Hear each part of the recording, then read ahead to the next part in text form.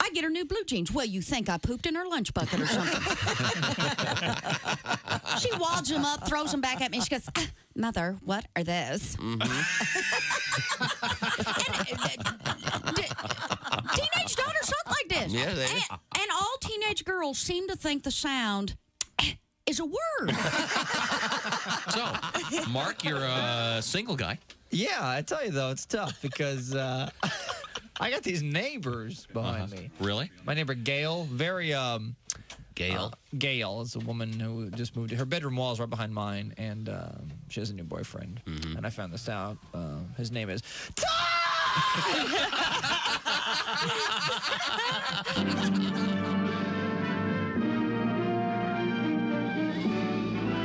Spanning the globe to bring you the constant variety of curvy cleavage on display. the thrill of victory and the agony of defeat.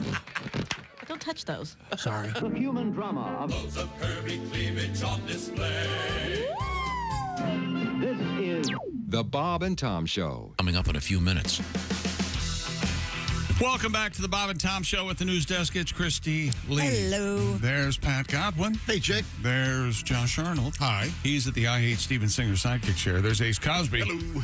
I'm Chick McGee, and here's Tom Griswold. I want to remind you that we have our pigskin pick'em competition up and running each week. At stake, a beautiful big green egg mini max, the Rolls Royce of outdoor cooking and cooking. Is that a word? Cooking. We knew what you meant. Sorry, thank you. You got it. Check it out, bobandtom.com/contest. We spoke to our winner yesterday. Was it Mike Killington? What was it? Huffington? Fullerton or Fullington? Fullington, Yeah, sorry. Good man. Yeah, and he picked against the Chick McGee, and you can find a Chick's sports picks posted on what's your X? The Chick McGee on Instagram. They're right there. Okay, very good. Now, we return to the news desk with Christy Lee. What's going on over there? Members of a Girl Scout troop escaped a charging alligator while camping at a Texas state park. The alligator wasn't in water, though. Video. What? Was the alligator in water? Doesn't sound like it. No. Yeah, it was. Yeah. Oh, I'm Video sorry. captured at Huntsville State Park shows the troop of Girl Scouts swimming away from the alligator, approaching them in the water. That's even scarier. How in the hell do they swim away from? They can alligators. That's what they do. The reptile, estimated to be approximately 14 feet long. That's mostly tail, not really. Troop leader Nicole Glenn, who helped the girls to safety, told the station KPRC TV. Channel 9 in Houston. I don't know. I really don't know. There was no doubt in my mind that alligator was not going to try and eat somebody. How did she know that? According to the Texas Parks and Wildlife Department, the park swimming area was closed for the rest of the day. A spokesperson said the state agency has removed several nuisance alligators. Oh, is that what we're calling Yeah, it? they're a nuisance. Have you made nuisance yet? Well, I'm trying. This thing is... Right now, I'm just a bother. They've moved some alligators from the state park in the past and evaluating if the same needs to be done this time. You think? They've got a swimming dock and everything. Well done to be able to swim away from it. There's a video. This alligator is gigantic. Sure. 14 feet, that's pretty long. That's a big enough. And you see some guy running out, just screaming, and it looks like the Loch Ness Monster. I'm looking at the video right now. Sorry. A 14-foot alligator. Where'd they get video? Who was taking video? Someone safely on shore? Yeah. Of Girl Scouts swimming? That's creepy. Better swim faster, girls.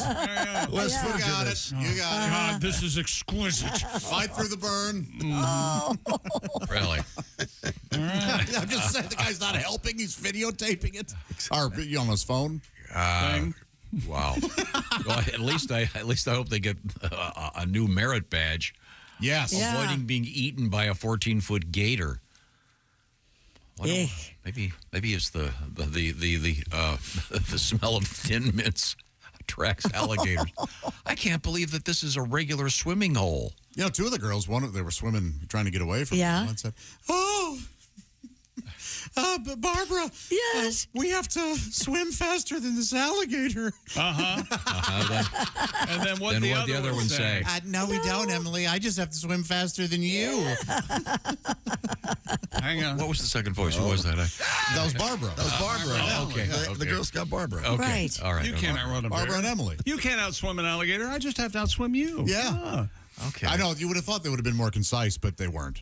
They're Well, panicking They're a Girl little Scouts, bit. They don't quite get the joke. Right. sure. Yeah, this is worth watching. This, God, I can't get over the fact that they've got a swimming hole set up in a place that has gigantic alligators in it. No. It's the alligators found the giant swimming hole. Sure, absolutely. You know, you guys are just about the last people I would think would use the term swimming hole. You're right. And I don't know why you keep doing it. Because it's south of the Mason-Dixon line and it's required. Oh. It's a swimming hole. About a pond. Did you ever read a little bit of Mark Twain? Going to the swimming hole? Did you ever go to the fishing hole? It's been a long Pat? Sure, absolutely. Okay, all right. A couple weeks ago. There you go. Really? Did you catch anything? No. Okay, good story. Well, it's you asked. No, but you could lie. It's a fishing story. I caught 14 fish. You know, sometimes the best part about fishing is just sitting in the peace and quiet. You don't necessarily need to catch a fish. You want to go fishing? Well, can you imagine going fishing with Tom Griswold? This is well, you know, that reminds me of the time that I I'm sorry. Let's just move Michigan. forward. You know, Todd Rundgren is a hell of a fisherman. Torch Lake. Todd is a fisherman? I did not know that. I know that It's just something you Huey would say. Lewis is an expert fly fisherman. Just a little bit of Fishing with a boar. So sorry. I know alligators make your skin crawl, as do snakes. An Arizona man called a snake removal company after seeing what he thought were 3 rattlesnakes lurking in the garage of his Mesa, Arizona home. And we charged $175 per snake. Well, that cost him a lot because there were actually 20 snakes in all. 20. You want the snakes back? It's up to you. 5 adult Western Diamondback rattlers and 15 babies. Remember that guy in Ghostbusters? I had no idea it would be so much. I won't pay it. Well, we can just put these back in. All right.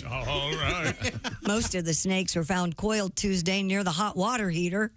A snake wrangler used tongs to pick up each snake before dropping them into large plastic buckets You're going to want to wash these. and relocating them to a desert habitat. Oh, boy. 20 snakes. You'd have a heart attack. No. The house would be for sale immediately. And your pants would be soiled. Yes. Oh God, that's terrifying. Well, On a happier note, police in Missouri successfully captured an escaped lemur. The Springfield Police Department says officers responded to a report of a lemur in the road. Officers spotted the primate, pursued it on foot, though body cam footage shows the lemur evading capture. Finally, one of the officers manages to grab the animal, hold it, while his partner wraps it in a towel. so there's an upside to this. What? Usually, body cam footage is Not pretty. not pleasant. Right. You never see the happy body cam footage, but this one has a happy ending. The department said the lemur was reunited with its owners, but the lemur will need to be taken to a wildlife rescue agency due to a city ordinance that bans having wild animals as pets in Springfield, Missouri. Well, you saw Madagascar, right? I did. You know what the lemur wanted to do? What? I like to move it, move it. I like to move it, move it. Yeah, I like to move it. I like to move it, move it. I like to move it, move it. I like to move it, move it. Yeah, I like to move it. God bless all you parents All right. who didn't stand up in the theater and go, kids, we're leaving. Yeah, that must have taken a lot of willpower. Oh, it's a great movie. It can't be. It's great. It's great. The Penguins steal that movie. I still love the Penguins. Oh, yeah. They had their own show, didn't they, after they're that? going to fix the plane. How long do you think it'll be? 6 to 9 months. 69 months! No. 6 to 9 months. It's great. You'd like it, Josh. Yeah, maybe I would. It's silly and fun. Is that Sacha Baron Cohen? Yeah. One of them? Yeah. I think he's King lemur or whatever the hell So his it was name. like, but again, isn't it nice to have body cam footage that isn't something awful? Yes, Tom. It is. Yes, yeah. Hammer that point home. Yeah, let's talk about that. Well, no one thought about. Josh, let's talk about unfortunate body cam footage. No, that's you're making it worse. So sorry. Coming up, NASA is acknowledging UFOs, or at least that they're going to start looking. Well, they don't call it; they call them UAPs. So no, I'm with you on this. UFOs fine. Yeah, they keep doing this. Yeah, I want the names of my dinosaurs to stay the same. They've been around for millions of years, for God's sake.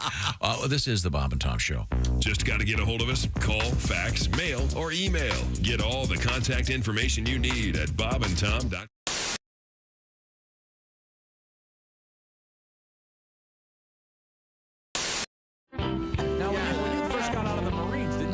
Didn't you have to be an usher like at your sister's wedding or something? What was that story?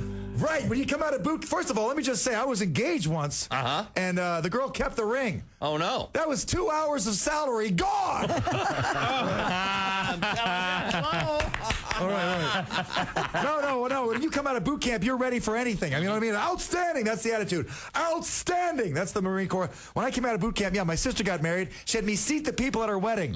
They'd come walking up to me in front of the church like, oh, you must be Patricia's brother. Sit down. Shut your pie hole. I don't want to be your friend.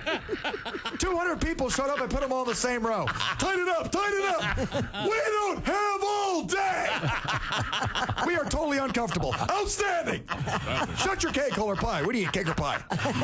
Oh, my God. Comedian Greg Hyde. Why can't we have single vows? How about some single vows? Single vows? I vow to be single? How would Just that some work? vows, you know. Do you promise to sit all by yourself in your quiet apartment with your frozen dinner and your stupid pet fish? Yeah! Yeah! Never have a ride to or from the airport? Yeah! Sign me up! Parked the lot 88Z, schlepping your stuff. But I want to clarify for Christy, because I know Christy's a big Catholic, and I grew up Catholic. I was an altar boy as a kid, and I think Jesus is a great role model, but I think he's kind of like the popular guy in high school where everyone says they're his friend, but he wouldn't name you as one of his best friends. Yeah. Like if you asked him who his best friends were, he'd be like Gandhi, Martin Luther King Jr., Matt Damon. And he'd be like, what about Mike Birbiglia? He'd be like, I feel like I recognize his face if I saw him, but the name doesn't ring a bell.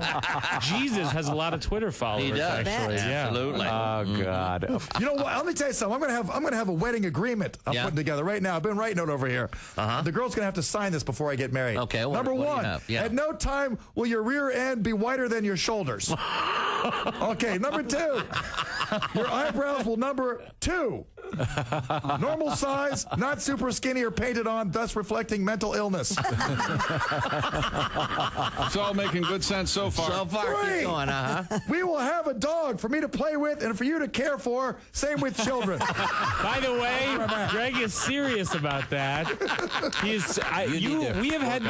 We've had that conversation where you don't say that in joke form. No. You don't do your version where you've said to me, I want a girl to marry who we can get a dog and she'll take care of the dog when I go on the road. And that's one of your prerequisites. And pick me up at the airport in your SUV. You've had this conversation. Why limit it to an SUV? Why not a limo? Because you want to drive it. Limo's a good idea, Bob. Good idea. I like limos.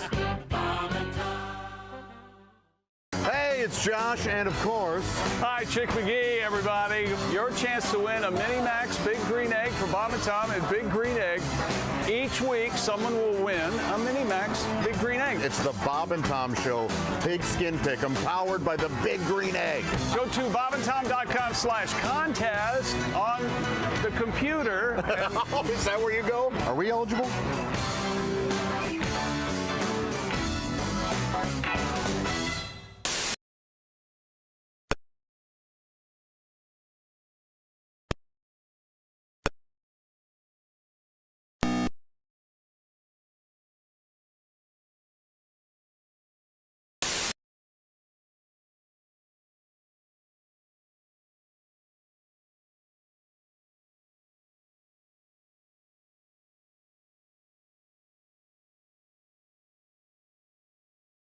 Hilarious. Bob and Tom in the morning and highlights all day long. The Bob and Tom Show, weekday mornings at 6 a.m. Eastern on Bob and Tom 24/7. This is Reno Collier, and you're listening to Bob and Tom Radio. The minivan hearse thing. Have you seen this? Was that for dead soccer moms? I don't know. The funeral homes that have the minivans that they... That's very funny. Have you seen that? Good. The minivans that they've put those, the fancy scroll work thing they put on the sides. God. Yes, I'm not making this up. And they're like the big town and country vans. Well, I didn't want to die before, but now I really don't want to. It's really disturbing. I just had this discussion yesterday with one of my sons. You're going to be dead, honey. You won't know. I know, but the whole minivan thing, The bumper stickers on that'll be horrible. You know, my orphan child is an honor student.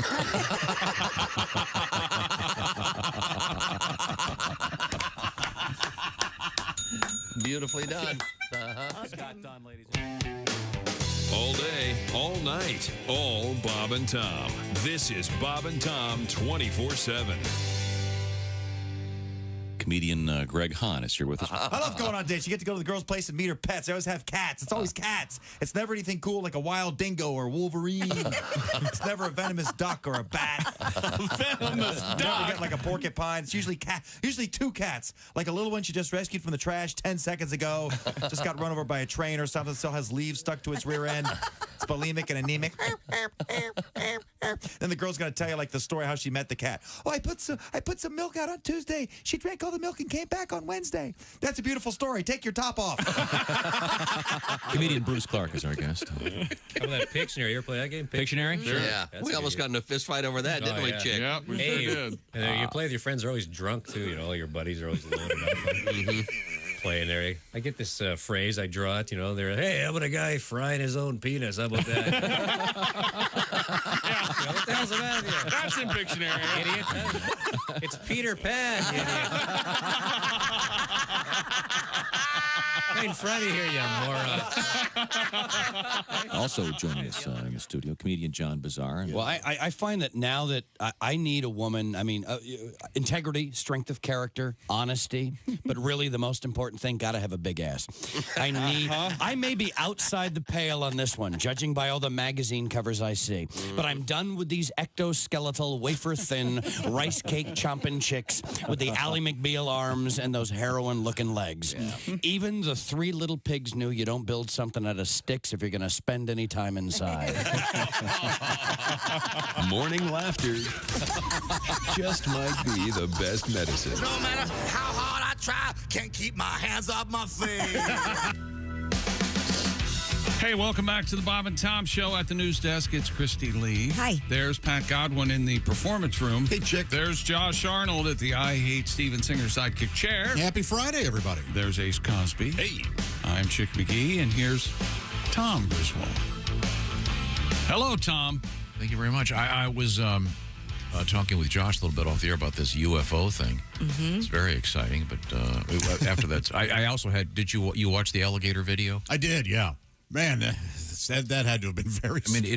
Quite literally, a Girl Scout troop is at a swimming hole. There's a state park in Texas, yeah. And suddenly you see this 14-foot alligator swimming toward them. Yeah. Oh, boy. Even gets riled up at one point when it seems to hit a rope or something. And If I saw a gator like that, I'm not a Girl Scout, but I'd have brownies in my shorts. Oh, jeez. No. See the brownies. My goodness. So sorry. No, it's terrifying. But we do have Christy Lee at the news desk. And yeah. NASA has released a report on UFOs following a year-long study. In its 33-page report, an independent team commissioned by the space agency said studying what it calls UAPs. This is irritating. Or unidentified anomalous phenomena will require new scientific techniques. Why do they do this? Why do they screw around with all this stuff? I think in this case it's because UFO sounds like it has a bad connotation. Talk. Yeah. It also cautioned that the negative perception surrounding UFOs I see the negative perception surrounding UFOs. poses an obstacle to collecting data. NASA's involvement should help reduce that stigma. Trying to reduce the stigma. Officials stressed that the panel found no evidence. Excuse me. Tried to tell people. I'm enjoying What's listening to your translator. Chick is nailing those guys, though. Professor, I don't mean he's Professor Jackass. What'd you? A blind man can see. Yeah. That's how those dudes sound. That's right. Officials stressed the panel found no evidence that UAPs had extraterrestrial origin. Mr. Chair. Though NASA Isn't it administrator, true? NASA Administrator Bill Nelson promised an open and transparent approach to the subject. I don't believe. As soon as they say that, I don't believe it for a second. Our number one priority is honesty and transparency. Is it? Yes. Now, don't look over there. See, that's the problem I have with these stories. Is yeah, sure, a 33-page report, but I want to see the 66 pages that were redacted. Yeah. Okay. I never get the whole story. Once again, I'm more upset about the fact that they're not calling them UFOs. Did you see the story that came out Monday? What happened? On Monday, Mexico's Congress heard testimony from experts who study extraterrestrials. I did see this. This is fascinating. The hearing started with a huge surprise. Oh, surprise. Jamie Mawson, a self-described ufologist. That's right. Oh. He's doing important work. Wait a minute. I'm a self-described ufologist. Is it UFOologist? Yes, UFOologist. Just as awkward and ungainly. I think if it's not, it should be ufologist. I like I gotta do too. Makes it sound more legit. Yeah. Brought 2 caskets into the congressional chambers. As he spoke, 2 men uncovered the caskets to reveal 2 bodies. You are standing on holy ground. The corpses looked white and like stereotypical depictions of aliens. Oh, yeah, they did. Big head, little body, 3 fingers. He claims they were found in Peru in 2017 What could they and be? estimated to be 1,000 years old. This is incredible evidence. One of the bodies had been pregnant, he claimed. With eggs. And I'd like to point out, Mr. Chairman, it was not mine. Yes. This was 1,000 years ago. Even if I wanted to hump it, I wouldn't have been able to. He said they are not. Spewed my seat over. She has an ass the size of a house cat. He said they are not mummies. These are complete bodies that have not been manipulated. Speaking under oath, Mawson claimed the bodies were non-human. Under oath yet. Yes. So everything to lose if he's lying. Perjury. Crazy. Or do they have perjury? This is in Mexico. Yes. Scientists have dismissed them as either ancient Peruvian mummies or manipulated mummies. Have you seen the picture of them? Yeah, they look like they're out of a sci-fi movie. They have the Well, the movies got it right, didn't they? Well, They're cute little guys, aren't they, Christy? sure. Instead of Yoda or E.T. Can you imagine being in a congressional hearing and they bring out I wish something would happen in our Congress. There is no That would be try. nearly as interesting as There's no this. try, only 2. Exactly. Can't they take samples of the tissue and? Well, these scientists have already poo-pooed it before they've actually taken a real look at it, and it's a shame. Yeah. Give these guys a proper medical look-see, as they say. Looky Lou. Yes. This account says at least one previous claim by this man, Mr. Mawson, has been thoroughly debunked. Yeah, yes, but I want to know who the debunkers are and why they debunked it. That's what you guys do. You ask one question, you get an answer, and you walk away. When I lived in DeLand, we had a bunk room. You did? Yeah. So you could go to debunk. Or you could go to the cot. How did they land on? You hear it all the time, poo-poo. Well, whether we can poo-poo this or not. Why do they, in this one area, we get to use baby talk? Yeah, you're right. Don't poo-poo it. Yeah. That is a very good observation, Chick. Poo-poo. Yeah. Don't poo-poo me. Don't poo-poo me. Now, did these critters have genitalia? Oh, did they? Oh, boy. Bring in the larger coffin.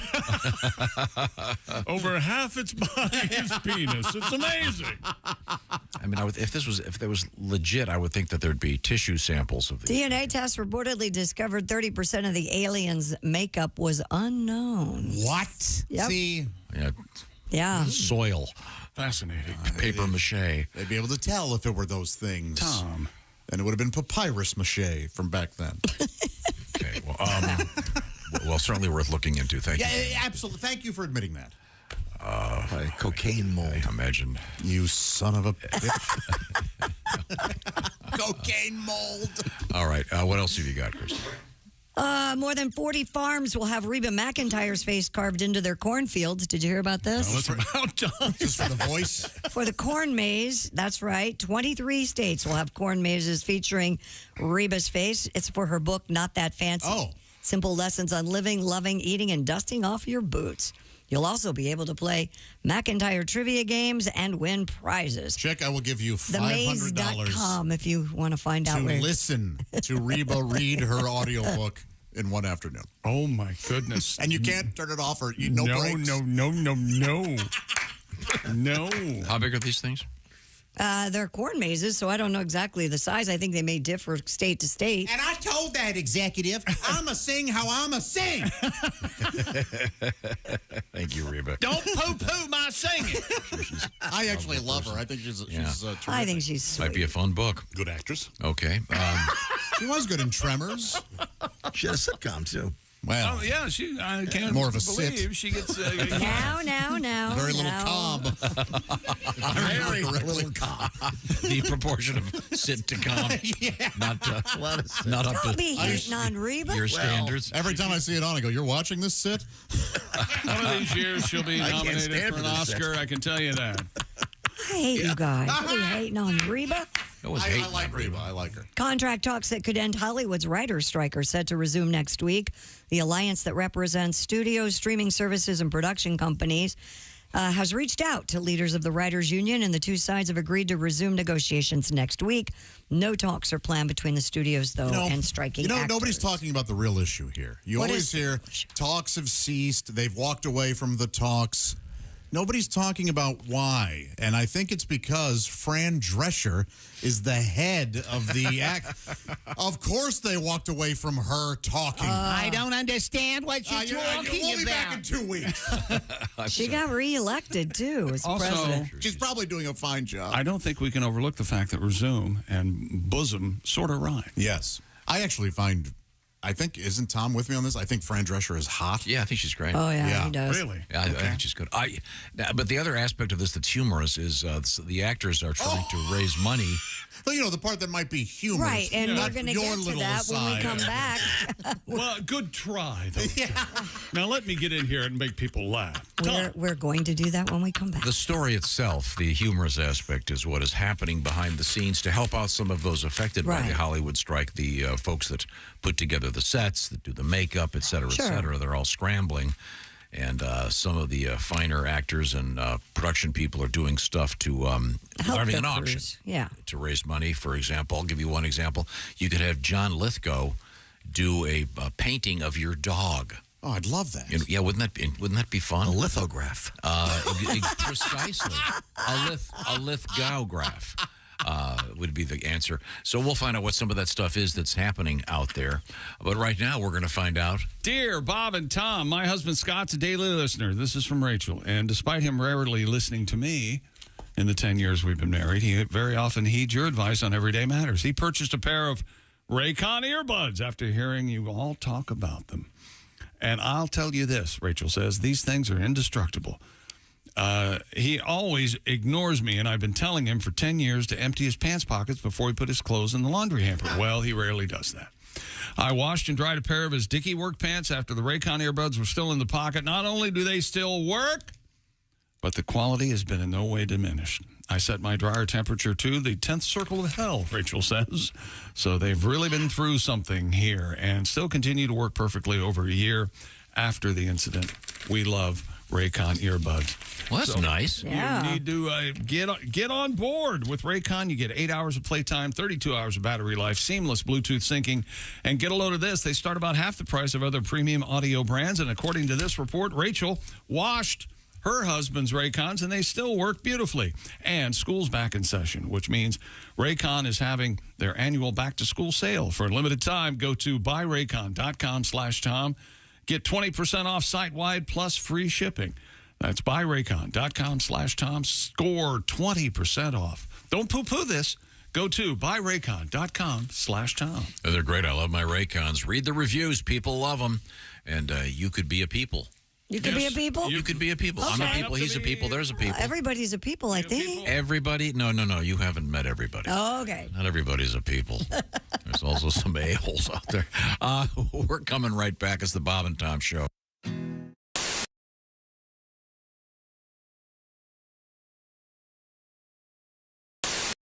Hi, everybody. We're at the Indiana State Fair at the Dairy Bar, my favorite stop, my first stop here today because we had to get some delicious shakes.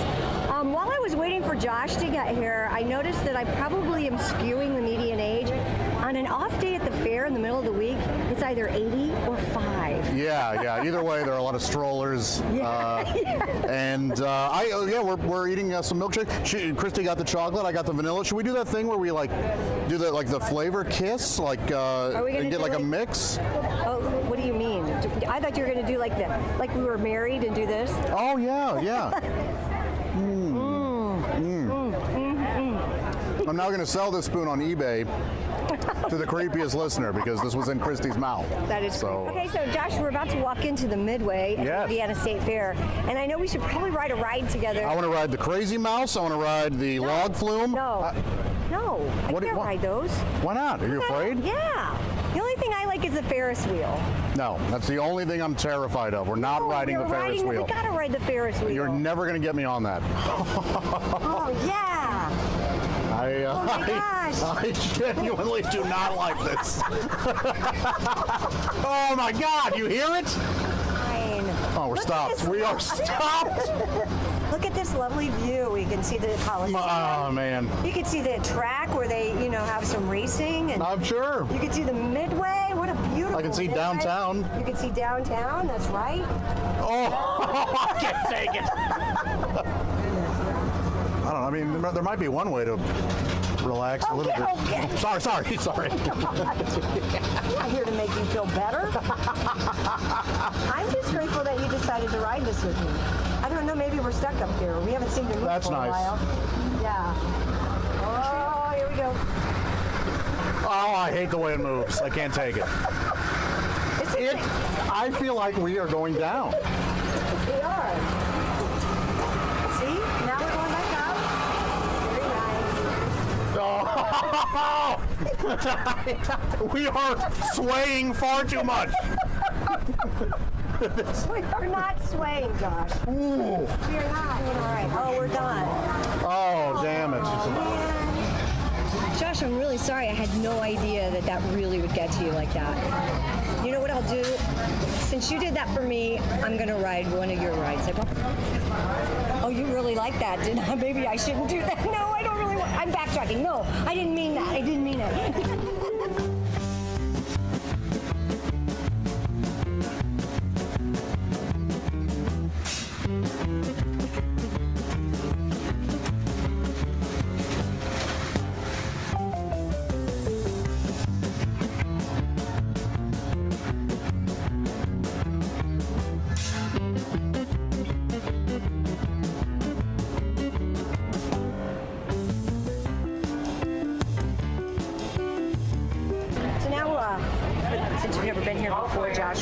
Shuttle. Yeah. This is the, powered by a tractor. If you're really into tractors and you've never been to the state fair, since I have to leave soon, you ought to go to Pioneer Village because there's a great John Deere exhibit. Okay. Also on the other side, the FFA has a wonderful little barn, and they've got little goats and little sheep and these really cool Indian cattle or something. And you can feed them carrots, and they're just adorable. There's also the Department of Natural Resources. Some pretty interesting things. Oh, I'm going to see all of it. Oh, and don't forget, you've got all these wonderful food vendors that we haven't even hit on. I mean, what do we get? Pork chop? I'm not too worried about that. I think I'm going to stick with stick with most of we pretty much ate a lot. Yeah, I'm going to stick with the things I can see.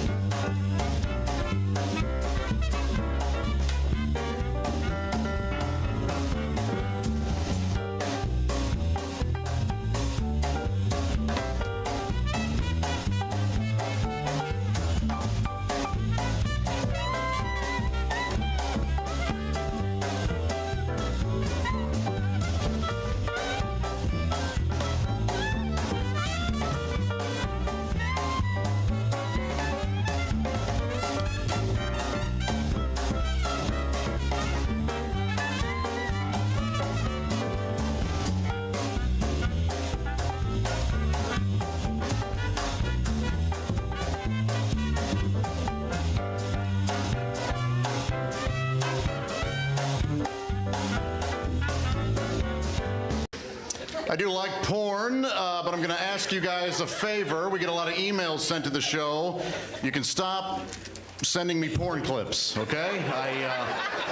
Thanks, but no thanks. I appreciate it, but I'll be honest, I want to find my own porn, okay?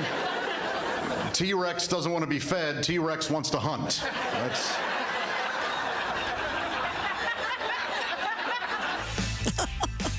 Welcome back to the Bob and Tom Show. Christy Lee right now at the news desk. Yeah, I'm here. I'll be here. There's Pat Godwin in the performance room. Hey, chick.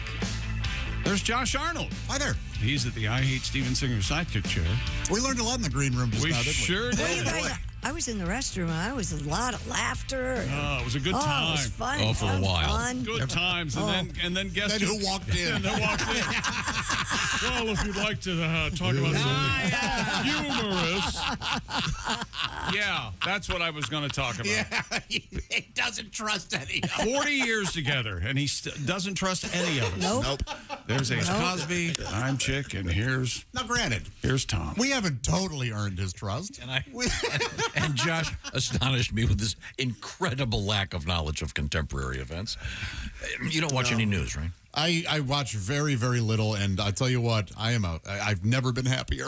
That's what they say. Ignorance is bliss. That's the I way to go. love it. Got a request here.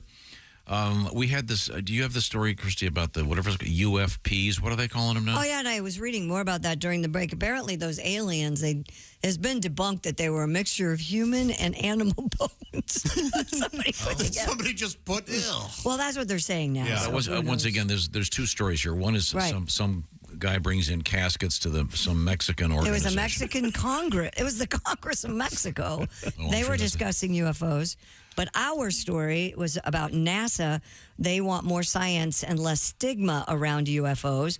So they're getting involved, and they plan to be open and transparent and look at the subject in a more scientific way.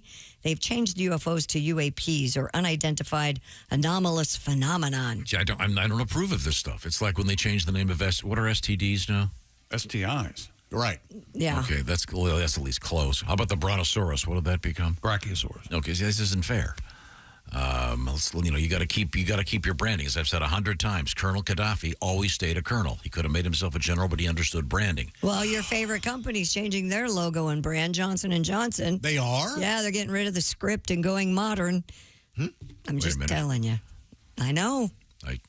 I'm not sure I like this. I'll show you a picture of it. There was no reason to change right? Since it's 80 years old. Look at Twitter. Is it going to be it's like when Prince became the artist formerly known as Prince? Twitter. Every time you see it now on Twitter or on X, formerly known as Twitter, how long are they going to do that? I don't know. What do you call, instead of calling it a tweet, what do you call one of those? Have they come out?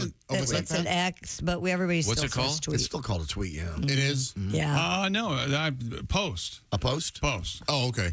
You can too confused. Anyway, a special request revolve around NASA, and NASA has always been hiding all the UFO stuff from us, and we are very lucky. We have some audio that no one else has. Is that right? Oh yeah. Here. This involves. Well, you'll hear it. The space shuttle astronauts are halfway through their 7-day research mission. Endeavour is expected to become an orbiting maternity ward today when frog eggs that were fertilized earlier in the mission start to hatch. Now we are scheduled to hook up with Commander Thompson. We should hook up right now, I believe. Hello, Houston. They're speaking with Bob and Tom. Hello, Endeavour. Hello, Spaceship Earth. This is Captain Thompson. Hey, Captain, how are you? Captain, how are you? We're doing great. We do a lot of experiments up here. Yeah, we're just reading about the one involving the frog. The South African clawed frogs. The eggs are about to hatch any moment now, aren't they? Very excited. As a matter of fact, it looks like they might be hatching about now. Oh, good. You people might be the first ones on Earth to hear what's going on. Well, great. There they come. This is exciting. Some little critter coming out of there. Let's see what's going on here.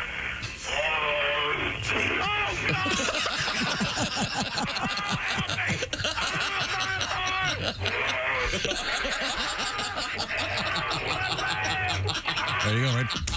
Official NASA recording, hidden for years. Wow. Funny that both Bob and I are on that.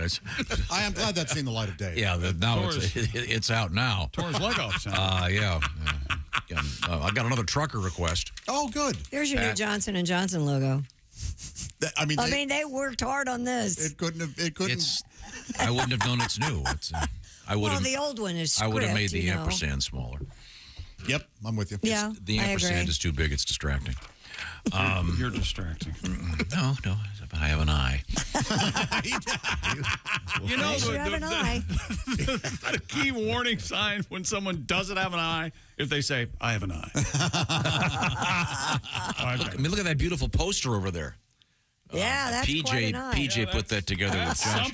Yeah, It says, I couldn't have done that at home. I thought Finn did that. It's announcing Josh's new album, Josh Arnold Half Fat. That is not me. Recorded live, and the album is, quote unquote, dropping November 3rd, 2023. That's not exciting. Yeah. Why is he upset about the term dropping? He's as mad as he's been about anything. Oh, it's this fake hip. Here we go. Jackass. I like to say it will be available November 3rd. I know. That's why I put dropping, because I knew it would irritate you. Yeah. Josh is the one that's Pat, having a request, and I don't know if there's any legitimate way to get to this. Is it? It involves a famous jazz singer. Oh, no. I don't know what you're talking about. I feel responsible for this. I do. You know. Pat, you know. I know now, yeah. This is, we were talking about cars with great mileage. This comes to us from Paul Clausen. He is a farmer. The pickler. That's what they call him. I'm always afraid to read someone's full name because I know that the attacks begin immediately. Yeah. Paul, I'm very sorry. Paul is a farmer working hard. Whatever you say, pickle boy. Oh, God. Maybe a cucumber farmer. Yeah, maybe it is. Okay, Paul, I apologize from the bottom of my heart. Pickle boy. Bottom of my bottom. Paul lives in Jonesville, Virginia. I'm sure it's beautiful there right now. Oh, pickle country, yeah. Oh, yeah. Pickle as far as the eye can see. And they call it pickle country. Yeehaw. He has a 1984 Chevrolet Scottsdale truck with only 71,000 miles on it. Oh, that's pretty damn good. Yeah. Said, my uncle bought it new and only drove it on the weekends. Nice. Wow. However, his 69 R model Mack truck has over 6 million miles on it. It's very dangerous to drive. Wow. Okay, thank you. All right. Blow up at any time. And he says... How about this? Let's do this. That's it now. That's it with the mileage. I don't think we're going to beat 6 million. That's it. Yeah, That's we're done. crazy. That's all. 6 million's it. No more. It's because you're opposed to good mileage, aren't you? You're an anti-mileage guy. I can't believe You it. turned in You your know lease me? car after 3 years. How many miles were on it? That's not important. Yes, Nobody it is. hates miles like Chick. 13,000 miles. That's Wow. Well, yeah, Why didn't I do you that. let me buy that I from do that you? in 6 months. I had to hitchhike a couple places, but still, I keep the mileage off my car. Our hardworking farmer, and farmers are the hardest working people in America, and as are truckers. Not pickle farmers. Paul, they just shake them out of the trees. What does a dill tree look like? About 8 feet, like downtown. I see. Yeah. I see. Dripping. He wants you to do your tribute to Ms. Ella Fitzgerald. Yes, All right. the first draft from Gordon Lightfoot. Oh, I love Gordon Lightfoot. Years ago. It sits down below like the ship we all know, the rectum of Ella Fitzgerald. She'd scat when she sang and her bottom would bang. A disaster when the winds would come early. The Fitzgerald family emailed me, said stop singing about poor Ella's rectum. I do not blame them. They complained and they cussed. I threw Tom under the bus and said I write 'em. It's Tom who corrects 'em. The doctor, it said, would always turn his head when performing her colon procedure. There's polyps in corn and Louis Armstrong's horn, the rectum of Ella Fitzgerald. Thank you so much. Pat, you poor man. It's a touching tribute to the great Ella Fitzgerald. Born in Virginia. Maybe that's why Paul wanted to hear it. Oh, all right. One of his fellow Virginians. The great Ella Fitzgerald. Thank you very much. Now we promised we had a story about an interesting thing happening in Hollywood. Obviously, the writers and actors are on strike, but they're trying to raise some money for the folks who are the behind-the-scenes folks, which is a lot of the makeup artists and the carpenters that work on the sets, et cetera, et cetera. Richard and Karen? Yeah, they're doing an auction. All right. Yes, the Hollywood actors are holding eBay auctions to benefit their crews. Some of the items include Natasha Lyonne will help you solve the New York Times Sunday crossword. Is she known to be a brain? I don't know. She seems intelligent to me. Okay. Who is she? She's an actress. She's on Poker Face, and she was in Russian Doll. She's wacky. She's cool, yeah. You could get a watercolor portrait of your dog by John Lithgow. And what would that be called, Pat? I called it a lithograph. You'd like lithograph. Well, Lithgow. Lithgow. Is he Lithgow or Lithgow? Lithgow, I think. Lithgow. We've talked to him. He was a great guy. Really nice talking to him. The great Adam Scott would walk your dog for 1 hour. I don't want Adam Scott anywhere near my dog. I love Adam Scott. What's wrong with Adam Scott? And do you get to walk with him? There's something about him. Is he going to fly to your home, or do you have to live in L.A.? No, you got to ship your dog to him. Yeah, Adam, here's my dog. Take it. Yeah. You could get a fedora owned and signed by Tom Waits. Oh, my hat. My dirty hat. One of my favorite things in the history of the show was your famous duet, Tom. Yeah. Thank you. Pat? I could get the piano up for Tom. All right. What do you want to sing there, Tom? That's nice. I'll sing about the hat. Well, actually, doesn't Tom kind of... He'll do this before he actually goes into that voice. Oh, I found a fedora in the alley where she lay. This is dead on. It is pretty good, I got to tell you. Didn't you do a duet once? I don't remember this. What was the duet? Well, Pat did the other half. Duh. And what was the other half? It was very funny. I don't know what to think. Well, there you go. I forget if it was it Frank. I can't remember. I don't remember. I'll dig it out. Other items are the cast of Bob's Burgers will sing a song written just for you. Oh, that John Roberts guy's funny, man. Okay. Here's something that'll make you mad, Josh. An apron from The Bear, which is signed by the show's cast. I may buy it and just light it on fire. Isn't that? The man does not care for the show. No, the actors are terrific on that show. They really are. Bob Odenkirk and David Cross will join you for dinner. That'd be cool. Well, half of that is okay. Proceeds from the Coalition's auction will benefit Hollywood crew members. Dave couldn't join us. Oh, that's a shame. Currently open, many bids already placed, and you have until September 22nd to bid on one of your favorites. That's kind of cool. Did you read the whole list? No, I haven't had time. Yeah, it's super. I mean, some of the stuff's I don't know. The target practice with Alec Baldwin is just a little much. You know, I'm glad there was some music cue that blurred out that joke because I am too. What happened? That was the god of good taste that swooped in. You mean when I said target practice with Alec Baldwin? That's bad. Yeah. Oh, I didn't hear it the first time. How about slapping techniques with Will Smith? What do you think? Man, yours. Ooh. Oh, I'm sorry. I shot her, okay? Blame me. Didn't Danny Masterson put up something, too? How about that? Don't ask him to shower with you. How to talk to chicks with Danny Masterson. Oh, God. Hey, I have an update on your... Changing the subject, she said. I have an update on your American Ninja Warrior winner. Oh, yeah. Yeah. Yesterday, Josh informed us that Vance Walker won $1 million on American Ninja Warrior. Went on about it, yeah. And I did. I love that. The guy is amazing. I love that show. Yeah, and Walker says he now wants to be the first person to win it twice. Oh, I didn't know you could. Yeah, in fact, he jokes, he goes, if I could win $1 million for the next 3 years, that'd be pretty good salary for a job. Yes, sure. And this guy's situation again, Josh, is?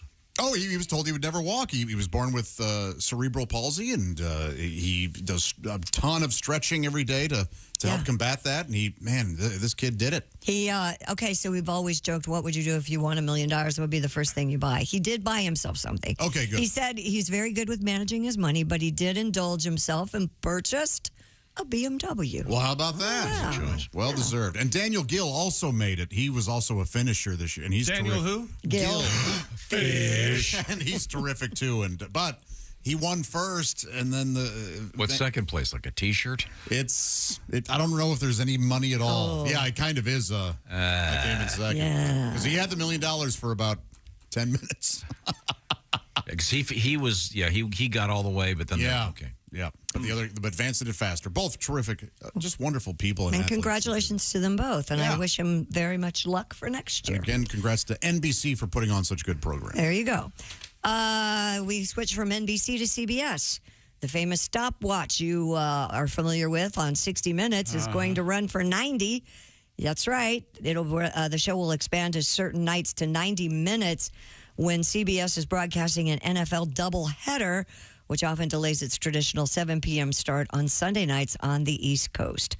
The show starts a new season on this coming Sunday. I'm confused. It's going to be a 90-minute show instead of 60 minutes. Because they're starting later, Because they have a doubleheader. Yeah, I guess. Because there's not enough time to run any other show after that. Right. Oh, okay. Yeah, so they're just filling the time. All right. Yeah. So 30 more minutes of muckraking. It's a good show. No, they say the additional. I'm Leslie Stahl, and this is my wig. They say the additional stories will likely lean toward feature or adventure fare. Sounds like fun. Yeah.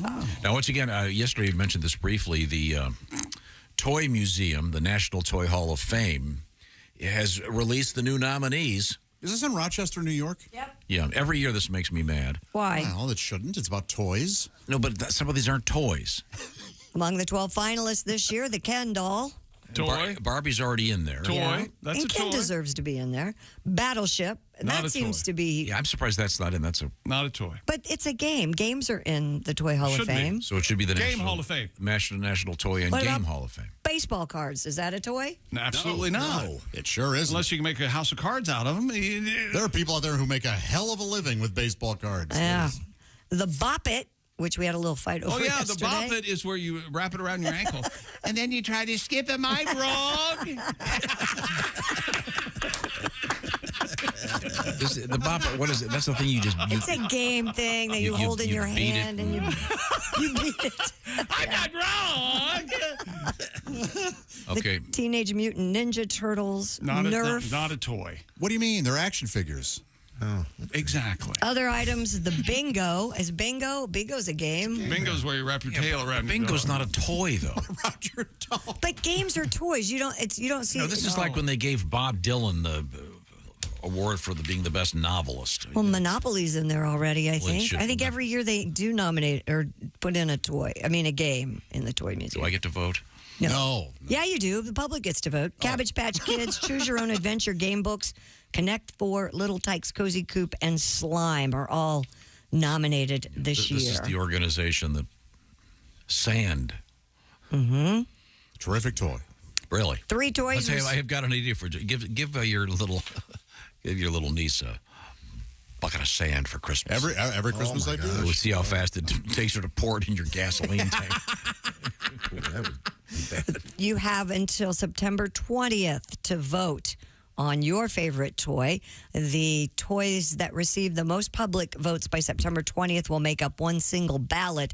Then there's a 22-person committee that actually decides. Light Bright, Masters of the Universe, and the Top were inducted last year. I know I don't want to be crass here, but doesn't Bop It sound like kind of like a adult lady toy to be? Your man out of town? Bop it. Time to bop it. Yeah. Just saying. She bop. Right? Okay, perhaps not. Coming up, we have one of my favorite features every week. It's Jeff Oskay. Oh, and yes. news we failed to mention. We'll get to that coming up. And I won't fail to mention Jeff's got a special appearance with everybody, most everybody around here coming up in Wisconsin, in Bowler, Wisconsin. I took it off. Oh, I'm sorry. It's all yours now. There you go. Sorry. Thank you very much. Right now, I want to talk about great food and our friends at HelloFresh. They've got something new out there.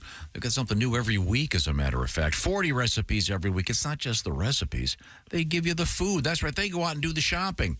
They do the shopping. They do the measuring. You just put it together so you're getting the freshest of ingredients and you're freshly cooking them. Sometimes in as few as, it can be, less than 15 minutes?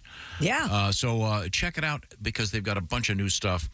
Christy's got some stuff over there that she's been working on. In fact, this will take you a total of 15 minutes. The spinach ricotta ravioli with chicken, plus zucchini ribbons, tomato, and creamy lemon sauce. Oh, my gosh.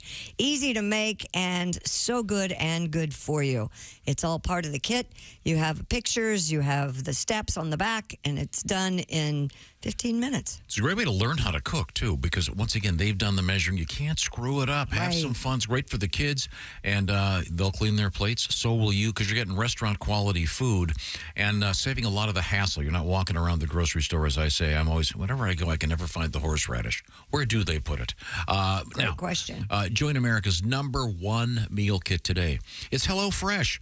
Right now, get 50% off and then 15% off the next 2 months with the code 50BT Show. So you go to HelloFresh.com/50BT Show and find out about 40 new recipes every week. By the way, the array of choices goes from vegan over that way over here to good old-fashioned comfort food. They're going to have something you're going to love. And as they used to say back in the day, and I helped. That's right. You put it together. The code is 50BT Show. It's HelloFresh.com/50BT Show. And did I say the food is delicious? Now, when we come back, we have more exciting things in the world of news, including it's disgusting. I'll tell you that much. This is the Bob and Tom Show.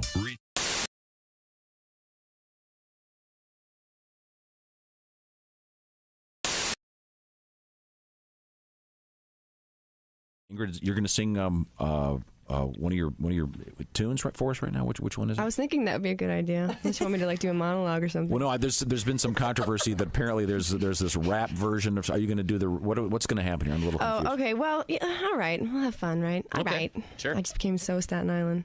So, this is the song that was on the Old Navy commercial. So we've played it over and over and over again because it was the song that actually made it to radio. Mm-hmm. And so one day, I don't know, my brain just sort of went crazy and I wanted to do something different. And so I did something different and it sort of stuck because we need to change it up a little bit. So we'll do that version for you. I hope you like it. This is called The Way I Am, the remixed version. Okay. I can't believe I'm doing this. All right, stop, collaborate, and listen. Ice is back with a brand new edition. Something grabs a hold of me tightly, flow like a harpoon daily and nightly. Will it ever stop? Yo, I don't know. Turn off the lights and I'll glow to the extreme. I rock a mic like a vandal. Light up the stage, wax a trump like a candle. Dance from a speaker that booms. I'm killing your brain like a poisonous mushroom. Deadly when I play a dope melody. Anything less than the best is a felony. Love it or leave it. You better gain weight. You better hit bullseye. The kid don't play. If you got a problem, yo, I'll solve it. Check out the hook when my DJ revolves it. Oh, yeah. Oh. Ice baby. Uh-huh. Well, he needs the money. I believe Queen gets it. Hey, don't hate. Don't hate. In West Philadelphia, born and raised on the playground was where I spent most of my days, chilling out, maxing, relaxing, all cool, and all shooting some b-ball outside of the school when a couple of guys were up to no good, started making trouble in my neighborhood. I got in one little fight, my mom got scared and said, "Where the auntie and uncle in Bel Air?" I whistled for a cab, but when it came near, the license plate said fresh, it had dice in the mirror. If anything, I could say that this cab was rare, but I thought, nah, forget it, you're home to Bel Air. I pulled up to the house about 7 or 8, and I yelled to the cab, "You're home, I'll smell you later." Looked in my kingdom, I was finally there to sit on my throne as the Prince of Bel Air. Oh man, here we go. We'll do the real one. If you were falling, then I would catch you. If you need a light, I'd find a match. 'Cause I love the way you say good morning, and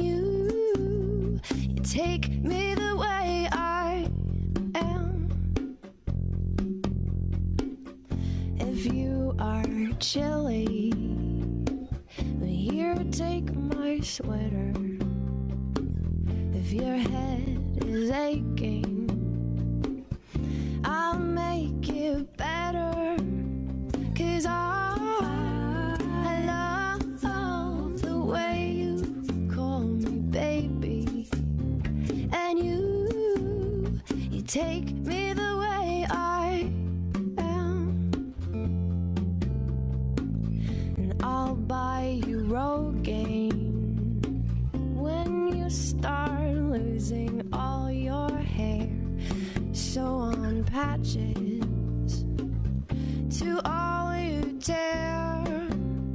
'Cause I love you more than I could ever promise.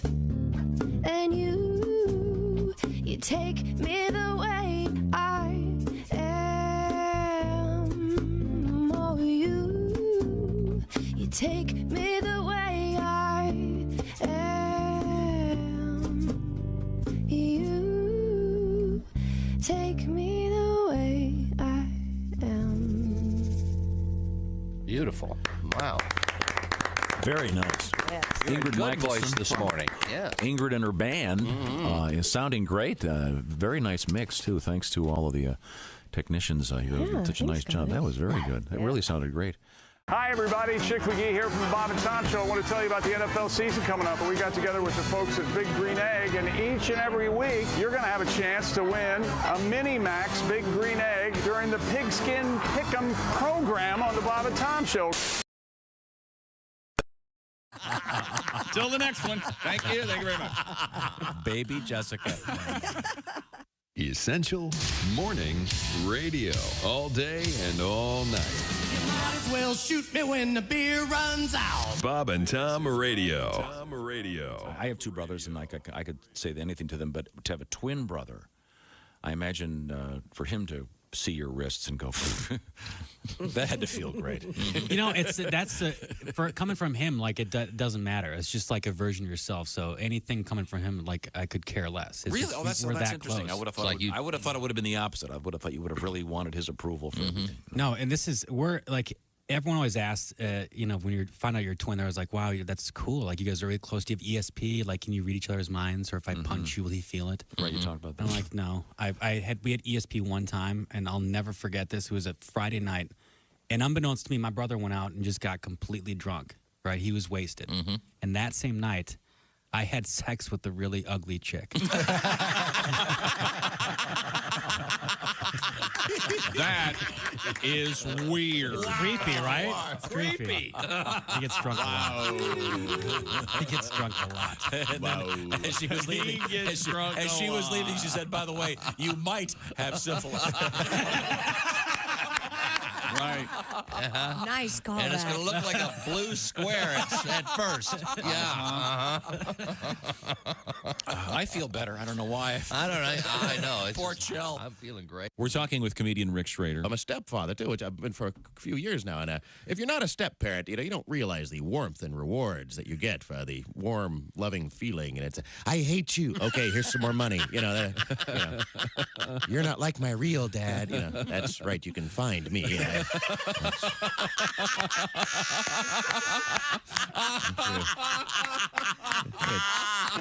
Track down your real deadbeat dad and have him pay for these Barbie accessories, Hi, this is Dr. Will Miller. You can get it coming up. Welcome back to the Bob and Tom Show. Christy Lee at the news desk. Hello. There's Pat Godwin in the performance room. Hey, Chick. There's Josh Arnold at the I Hate Steven Singer sidekick chair. Hi. There's Ace Cosby. Hey. I'm Chick McGee, and here's Tom. Unprepared. Thank you very much. I'm perfectly prepared. Yeah? What would you like to talk about? Okay, good. We have Christy Lee cramping up over there at the leave me news alone. desk. I'm fine. I just want everyone to know that you're doing that. We gave you an opportunity to leave, and you're a little under the weather. I'm good. Christy, when you do eventually pass, what's blocking? Not die, he means. No, blocking. Thanks. Will you text us and let us know? No. I want a picture. Oh, come on. You know there are a couple guys out there going, yes, That's please. so gross. Hey, don't judge. Sorry. Hey, it's called the Skittles ban. Don't know if you've heard about it. It's a bill banning several food additives headed for California Governor Gavin Newsom's desk. And according to the Los Angeles Times, the California Food Safety Act dubbed the Skittles ban would prohibit the manufacture, sale, or distribution of brominated vegetable oil, potassium bromate, propylparaben or whatever, and red dye number 3. They say if you can't pronounce it, it's probably very good for you. That's not what they say. It's the opposite. That's the rule. Oh. The bill passed its final vote in the California legislature earlier this week. God, California loves banning. Yeah, they do. If it's signed into law, it'd be the first of its kind in the country. And the reason we bring it up is because these items are used in several candies, including Skittles. That's what makes them good, dummies. Quit banning things. Just maybe don't eat them every... So is it just the red ones that are bad? No, I don't know if it's just... Some of the others cause diabetes if eaten in quantities of... maybe there's no direct link. Sorry. Apologize to the Skittles people. No, I think there were more others. There were other candies that were involved in all this. So. Okay. So what are they going to... the candy manufacturer's going to have to... replace them with something else. Would there be a California variety? Hey, these Skittles are they're cashews. what happened? Oh, they're healthier. Oh, then you got a peanut allergy. Yeah. If you're allergic to peanuts, are you also allergic to cashews? God, that'd be a tragedy. Are they peanuts? I think only peanuts are peanuts. Only peanuts are peanuts. They're different. I love that book. What are cashews?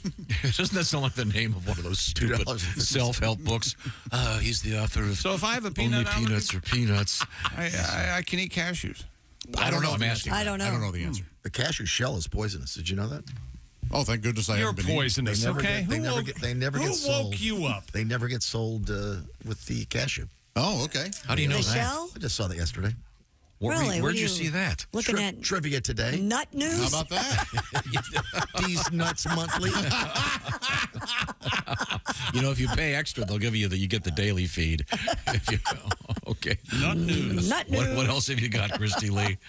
Authorities were relieved to discover that reports of a ritual mass murder just turned out to be a yoga class. I told you it was disgusting. I saw this story. It was... As the BBC reports, officers were called to the North Sea Observatory in Chapel St. Leonard's after a witness reported bodies on the floor. Yoga teacher Millie Laws said she was teaching 7 students at the building's Seascape Cafe when she noticed a dog walker peering in during the Shavasana or relaxation stage of the class. Shavasana. That's where you lie there like you're dead. Yeah, it's called the corpse pose. Every time I would do that, I would fall asleep. Yeah. The guy had to go over and kick me in the top. Wake up. Yeah, it's called the corpse pose. She continued, I didn't know that these people phoned in saying that there was a mass murderer. They were wearing a robe and they were walking all over the people. It looked like some kind of ritual and that the people on the floor were actually dead. How dumb do you have to be? That her students were just really still and relaxed. A spokesperson for the Lincolnshire Police confirmed the call and said they were happy to report everyone safe and well. Yeah, that's called the dead dog position. Pat, wait a minute. Pat, don't you have a tribute to yoga? Sure I do. Yeah. I know you're a yoga guy. I love a lady in a cocktail dress. Yeah! It's not my favorite, I'll confess. You know what makes me think of romance? Pretty woman in yoga pants. I'm behind a gal in yoga class. Can't take my eyes off her shapely ass. Boing. I should move, no namaste. Those yoga pants sure make 'em a day. When you wear them to the grocery store, they rock me to my core. I feel like a dirty old man. Yoga pants, I'm your biggest fan. Look at the girl with the long blonde hair and a beautiful derriere. She turns around, caught me sneaking a glance. Damn, that's a dude in yoga pants. Not that there's anything wrong with that. I just love those yoga pants, yeah. I really love those yoga pants. Yeah, that's a thing I hope sticks around. I like the yoga pants that are kind of sheer on the sides. Have you seen those? They have a stripe that. You don't really like that. That means they're not wearing any underwear underneath them, right? I never considered that. You go all the way up and check that. I like when Christy participates in your perv thing. It's nice to compliment a woman on what she's wearing, right? Yeah, of course.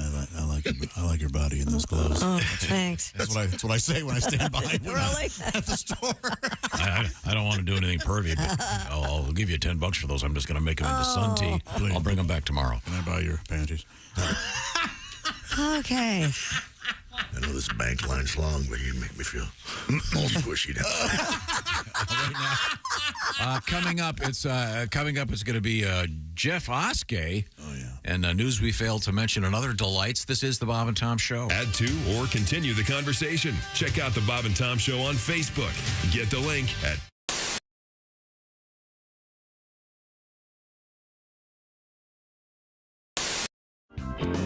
This is a song so girls don't get anorexia. Okay. Oh, all right.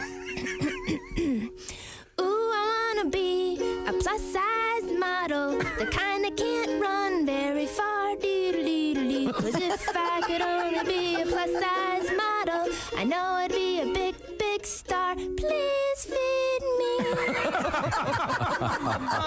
So some people get sensitive about it, but don't, because the beautiful women are the big women. I agree. And I gained some weight, then I couldn't afford to keep it. Here we go, and I want a carbo load without having to exercise. I don't want to worry if the fat goes to my thighs. I want to wear a plus-size brassiere for room. I want to eat chips and wash them down with beer. Well, I've got a plus-size dream, but I'm plus-sized. Ornery for the best job in the world goes to the bigger girls than me. They're all sluts.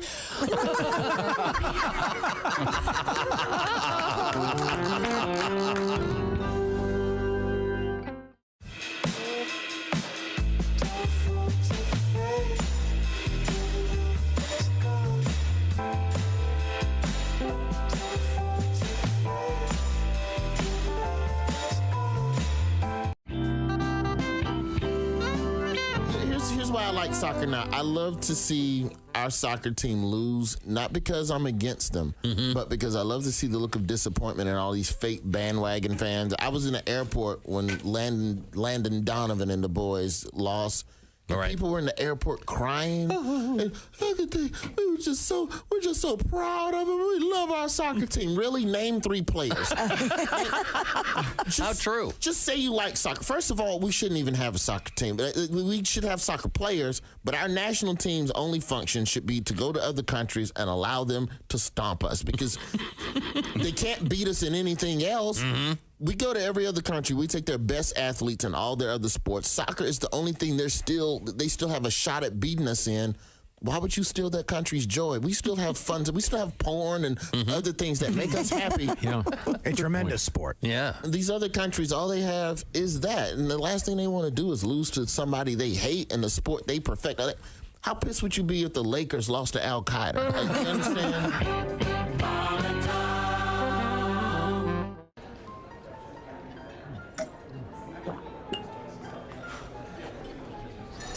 You took my breath away from the moment I first saw you. Will you marry me, Dolly? She said yes! She said yes! It's not a real person. It's not a real diamond. Real, natural, earthborn diamond. For your real love, from a real jeweler you can trust. Steven Singer Jewelers.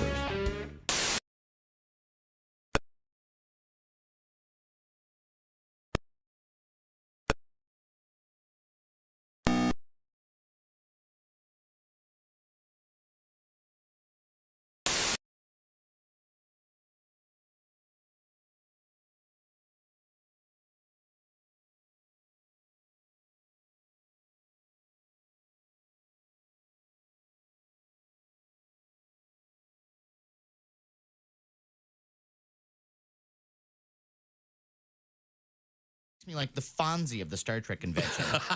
You know, these conventions. Oh, man, it's Matt. He's been with a girl. Right. Right. I actually bring a girl into these things. Say, where'd you meet her? On the internet? No. No. I met her at a bar. Whoa! We're not worthy. We're not worthy. Oh, that's great. Things are so complicated. Remember the good old days when all you needed for romance was a van and some chloroform? Sure. Yes. What happened to those days? You're listening to Bob and Tom Radio. 24/7. 24/7. 24/7.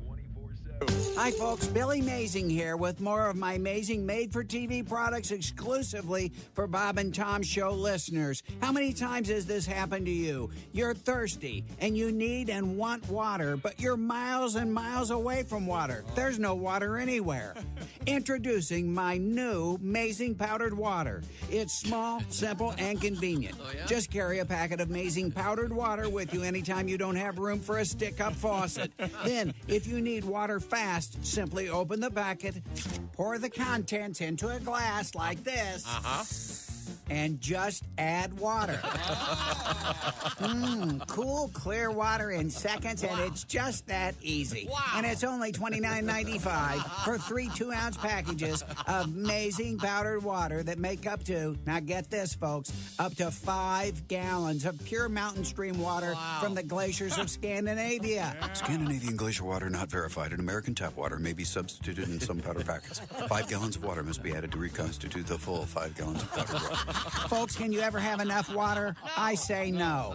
So order in the next 5 minutes, and I'll throw in 2 more 3-packs for free, plus $59.95 shipping and handling. That's a great deal, but wait. When you order 4 3-packs of my 2-ounce pack packets, along with the previous order of the 3 3-pack packets for only a total of $269.95, I'm going to send you a complimentary gift set of my wildly popular home entertainment accessory item designed specifically for your guests who happen to be nudists. Yeah? Scrotum coasters. Just drop them and forget them. Yeah. Call today. I'm Billy Mazing.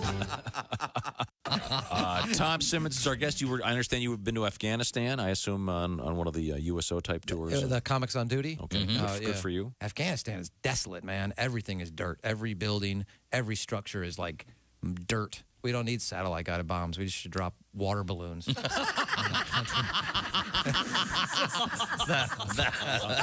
That'll muddy you. Wow. Turn that place into mud and farmland, and it'll be great. Have you run this strategic idea by the people at the Pentagon? Yeah, it'd save us a lot of money. This is positively launching brilliant. a massive hydro attack. That's what we're going to do. And, all of these fire bombs are merely drying it out. Hi, this is Mike. I meant to say, welcome back to the Bob and Tom Show. Christy Lee at the news desk. Words are funny. There's Pat Godwin. Hey, Chick. Hey. There's Ace Cosby. Hey. There's Josh Arnold. Hello. I'm Chick, and here's Tom. See, Chick's mad because I'm reading about this dog thing. And you see, you brush your dog, and the largest pile of dog hair wins. Is that right? But it's a, excuse me, shedding contest. And yeah, sometimes when one speaks briskly with a... What else would it be? Well, at a dog park, they probably could also have the other kind of S contest.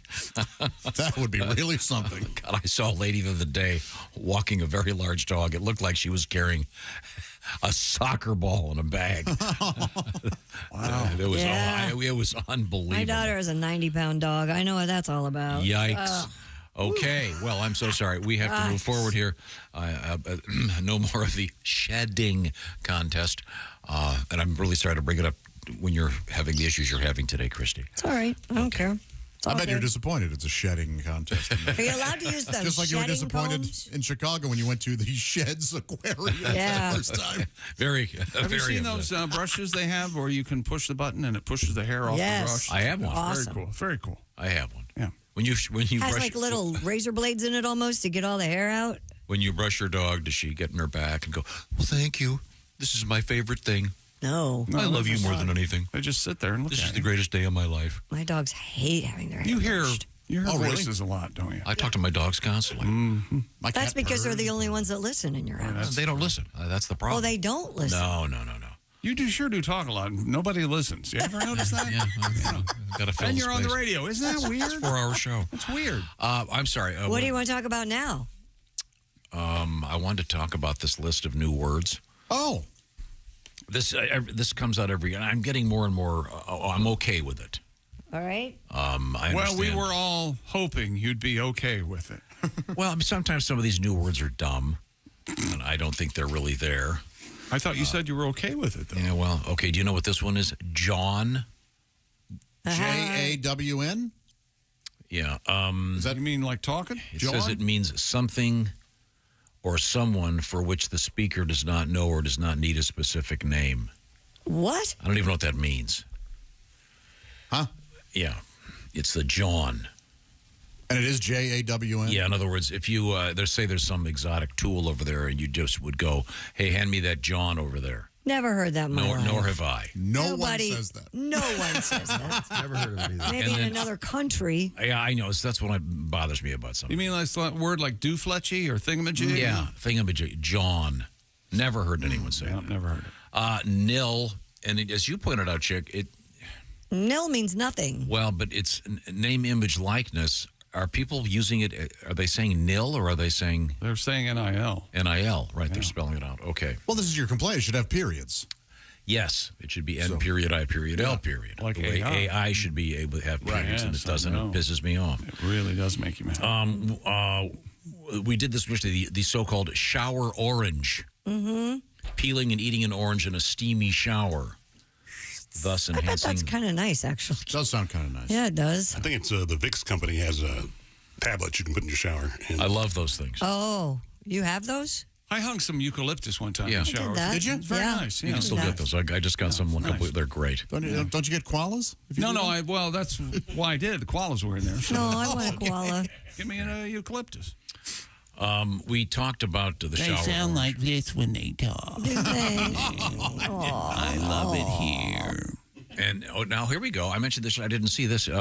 We talked about the shower beer, and they referenced that as well. Getting popular in social media is the term shower beer and shower wine. Ah, Do you ever take a glass of wine into the shower, Christy? No, never. Why are you saying it with such disdain? Because, first of all, those have always been in the dictionary. They were just under functional alcoholism. yeah. Okay. There's no place to put it in my shower where it wouldn't get water in it. The wine? For sure. What's the longest time you've gone without something alcoholic? Oh, I haven't had drink in probably a week. Christy, when was the last time you took a slug of wine out of the bottle? I'm not drinking. I don't want to ruin I'm not drinking wine right now. I'm off.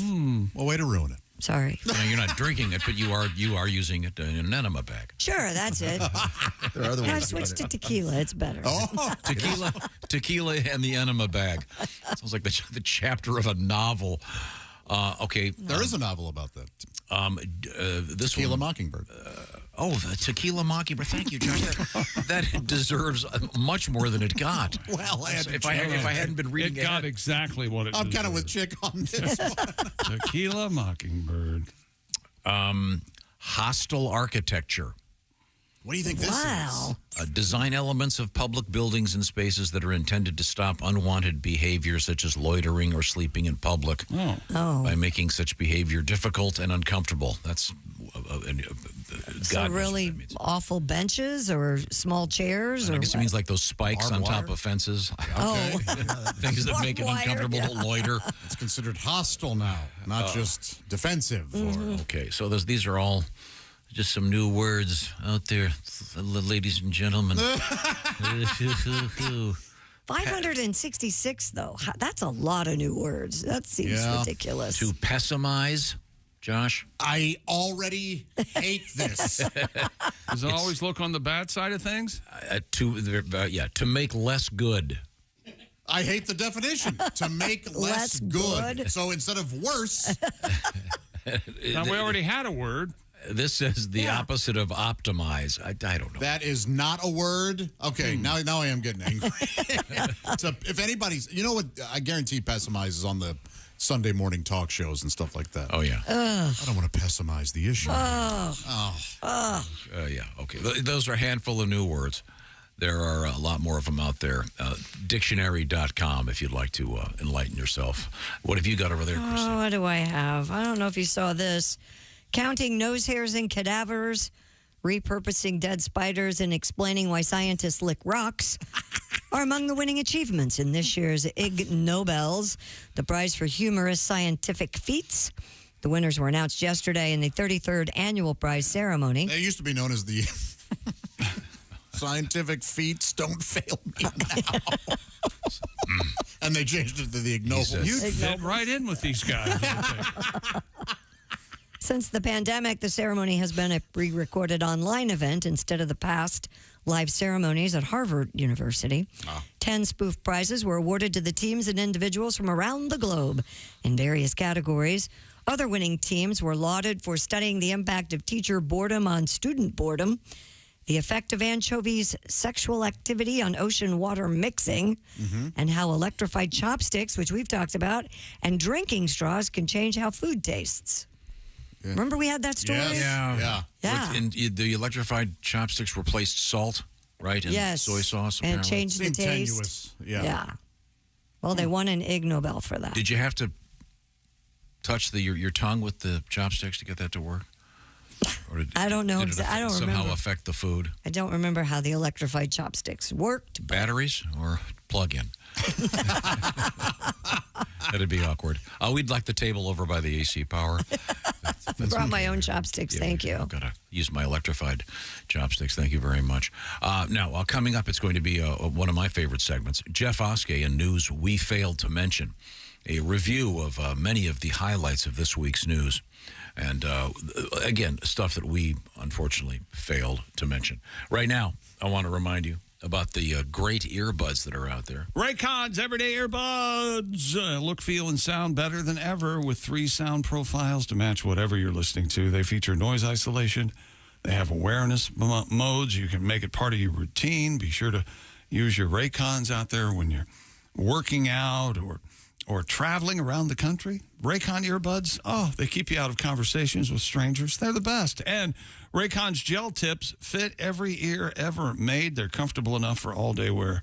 And remember, they will not budge. And with Raycon, you also get 8 hours of playtime, 32 hours of battery life, seamless Bluetooth syncing right out of the box. And Raycons start about half the price of other premium audio brands. It's no wonder Raycon's Everyday Earbuds have over 78,000 five-star reviews. And now, school's back in session, which means for a limited time, Raycon's having their annual back-to-school sale. Go to buyraycon.com/Tom and get 20% off site-wide plus free shipping. That's buyraycon.com/Tom. You can score 20% off.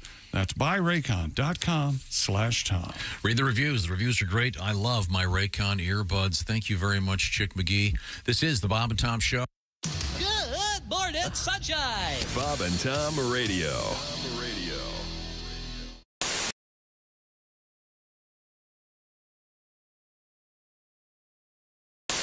Thank you very much. We're going to rejoin our friends from the afterlife. The great band Here Come the Mummies are joining us. There they are. By the way, you can watch them on YouTube right now in our studios. We're here, baby. Yeah, there we go. That's Mummy Cass is the spokesmummy, along with an aggregation of the dead. And you had one more song for us? I know we got a few more coming, but we can get one in right now if that works for you, Mummy Cass. Yeah, baby, this song's about credit cards. What's in your wallet? You know what I'm saying? All right. Yeah. 1, 2, 3.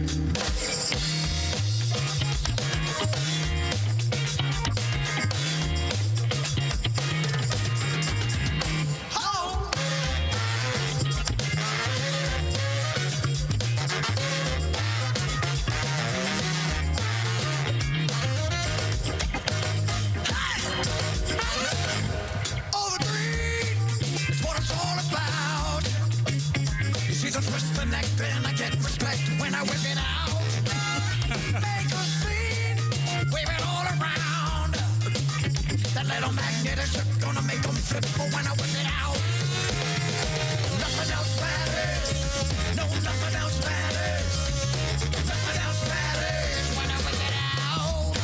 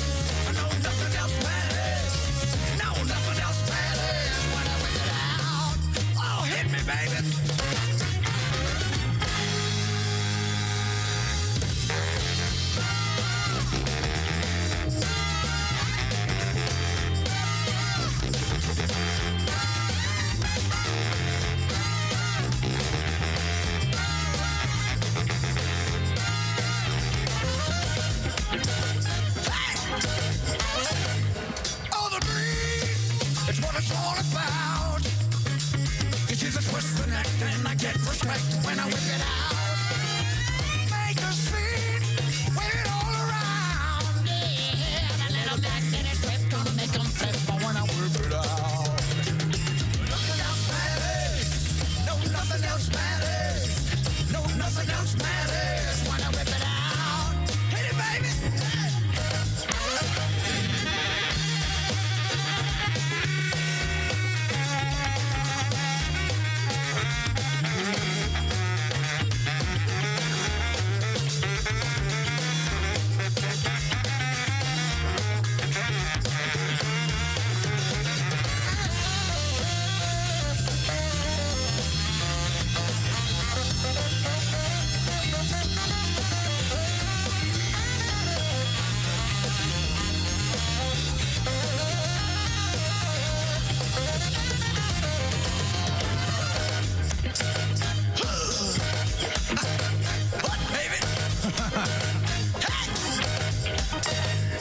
All the green is what it's all about.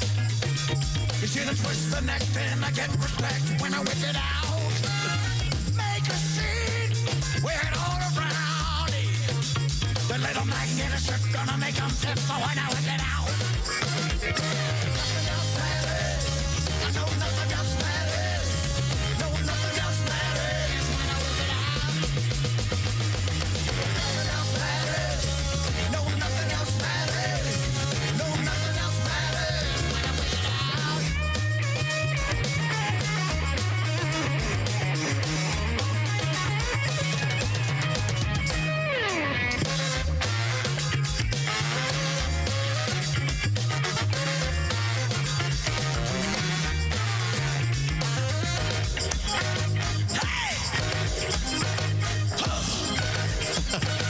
What, baby?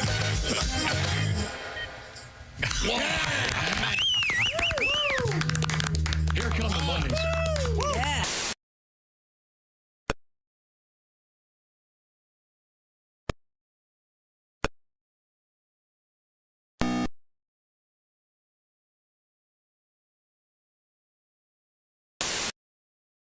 It's a patch. It's a patch. Yeah, it helps you quit smoking. My doctor gave it to me. Nicoterm's a patch?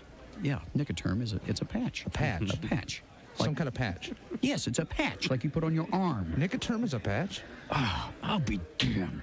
Yes, it's a patch. 2 days later, different flight, same airport. What do you mean a patch? It's a patch. You mean like a cabbage patch? No. Like a briar patch? No. Like a patch of pirate wear? No. You mean like a patchwork quilt? No. You mean like a Clarence Carter No. patches? Why can't you understand this? It's a patch your doctor gives you that you wear on your arm. What do you mean arm?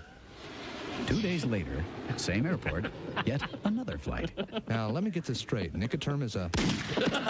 Nicoterm, guaranteed to help you quit smoking. I think it's a patch. Welcome back to the Bob and Tom Show at the news desk. It's Christy Lee.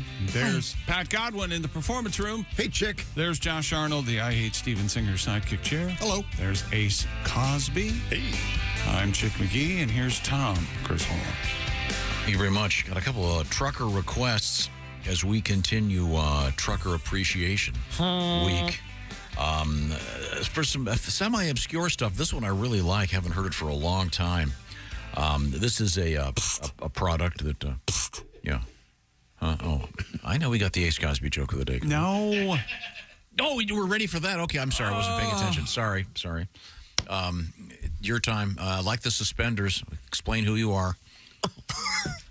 We're off to a great start. I'm Jeff Oskay at the Failed to Mention News Desk. We don't give you all the news each week, so I'm here to give you the news that we failed to mention.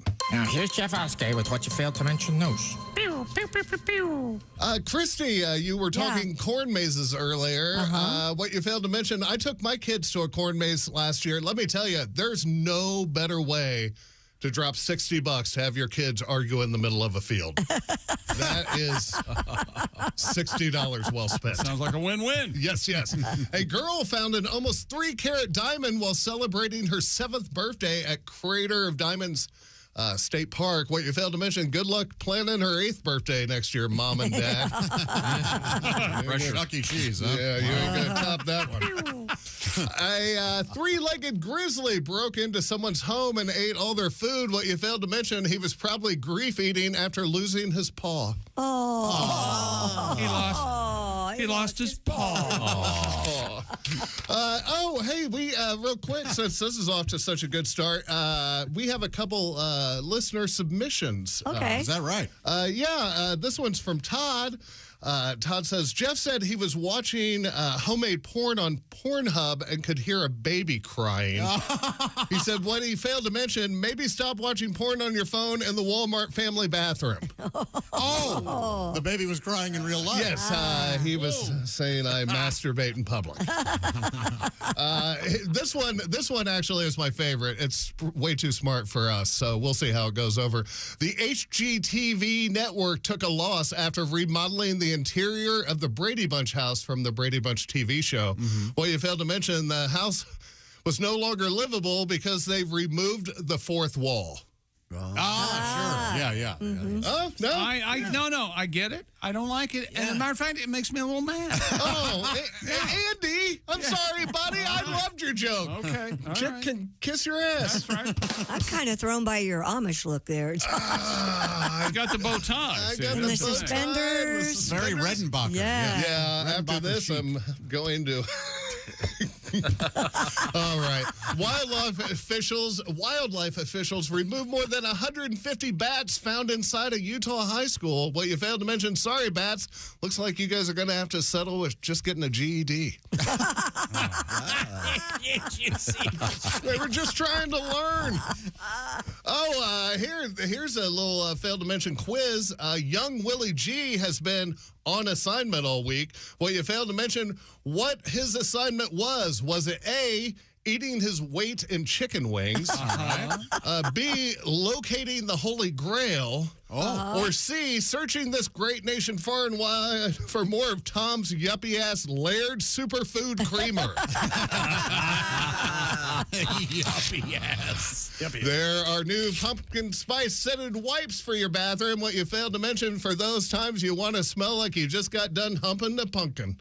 Humping a pumpkin. Humping a pumpkin. Oh, this is going so well. Let me take care of something real quick. We're laughing. I missed, unfortunately.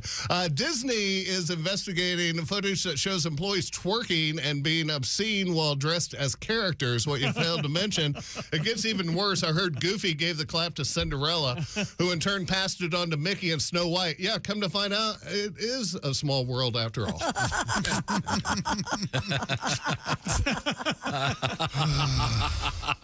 A dog named Tubby set the world record for recycling over 26,000 plastic bottles. Unfortunately, Tubby passed away recently. Well, you failed to mention, on a positive note, Tubby is currently setting a composting record in his owner's backyard. Yeah, sometimes animals die. A metal detectorist finds a 1,500-year-old gold necklace. What you failed to mention, prior to the necklace, the man's biggest hole were 9,000 pull tabs off old Pabst beer cans. And finally, Tom, did you get your knuckles all cleaned? Yeah, all right. I'm working on it. Emergency rooms remove about 4,000 items from people's rectums each year. What you failed to mention, I'd like to see the numbers on this. I'm guessing it's about 3 women and 3,997 men. Or 3 women and some really adventurous dude named Greg with really, really bad depth perception. I'm Jeff Oskay, and this has been the news that we failed to mention. Failed to mention news. Jeff Oskay. Thank you very much. Well, we certainly appreciate it. Now, we did promise a bonus edition. Ladies and gentlemen, here it is. Who's that sexy man with a deep voice? Ace Cosby. Here he is with his joke of the day. Hey, Chick. Yes, Ace. Why did the sea monster eat 5 ships carrying potatoes? Why did the sea monster eat 5 ships carrying potatoes. I don't know, Ace, why. Of course, no one can eat just one potato chip. He's right. When you're right, you're right. I don't know. I think Lay's should have been in there somewhere. No, I don't think so. All right. It's iconic enough of a... Very good. Thank you very much. We've been appreciating truckers this week, and got this from, let's see, this is from Bob C. Bobby. Driving in, Bobberino. in Vermont right now. And he wants to hear this. This is a classic, a true product available. Stairway to Heaven? Yeah. Oh, it's even better than Stairway to Heaven. Here it is. Fellas, let's face it. Times are changing. Sexual harassment suits are making it impossible to pay even the most innocent compliment to a female coworker. Gee, Shirley, you're not wearing a bra, are you? What do you mean on fire? Hi, I'm Nick Love. And along with my brother Sonny, we've developed the only possible solution. It's an electronic device for men to be worn tightly yet discreetly across the throat, designed to look uncannily like a Windsor knot. Yeah, we call it Harass Away. How does it work? Simple. Through state-of-the-art circuitry, Harass Away detects even the slightest signs of arousal. This triggers a pleasant yet barely audible tone designed to subtly mask the offensive comment. Ingenious, you say? We think so. But there's more. Harass Away also replaces the inexplicably offensive remark with a digitized voice simulator programmed with over 200 stock compliments. So now, that lawsuit happy babe won't hear this. Hey, baby, how'd you like to shake hands with my little junior executive? She'll hear this.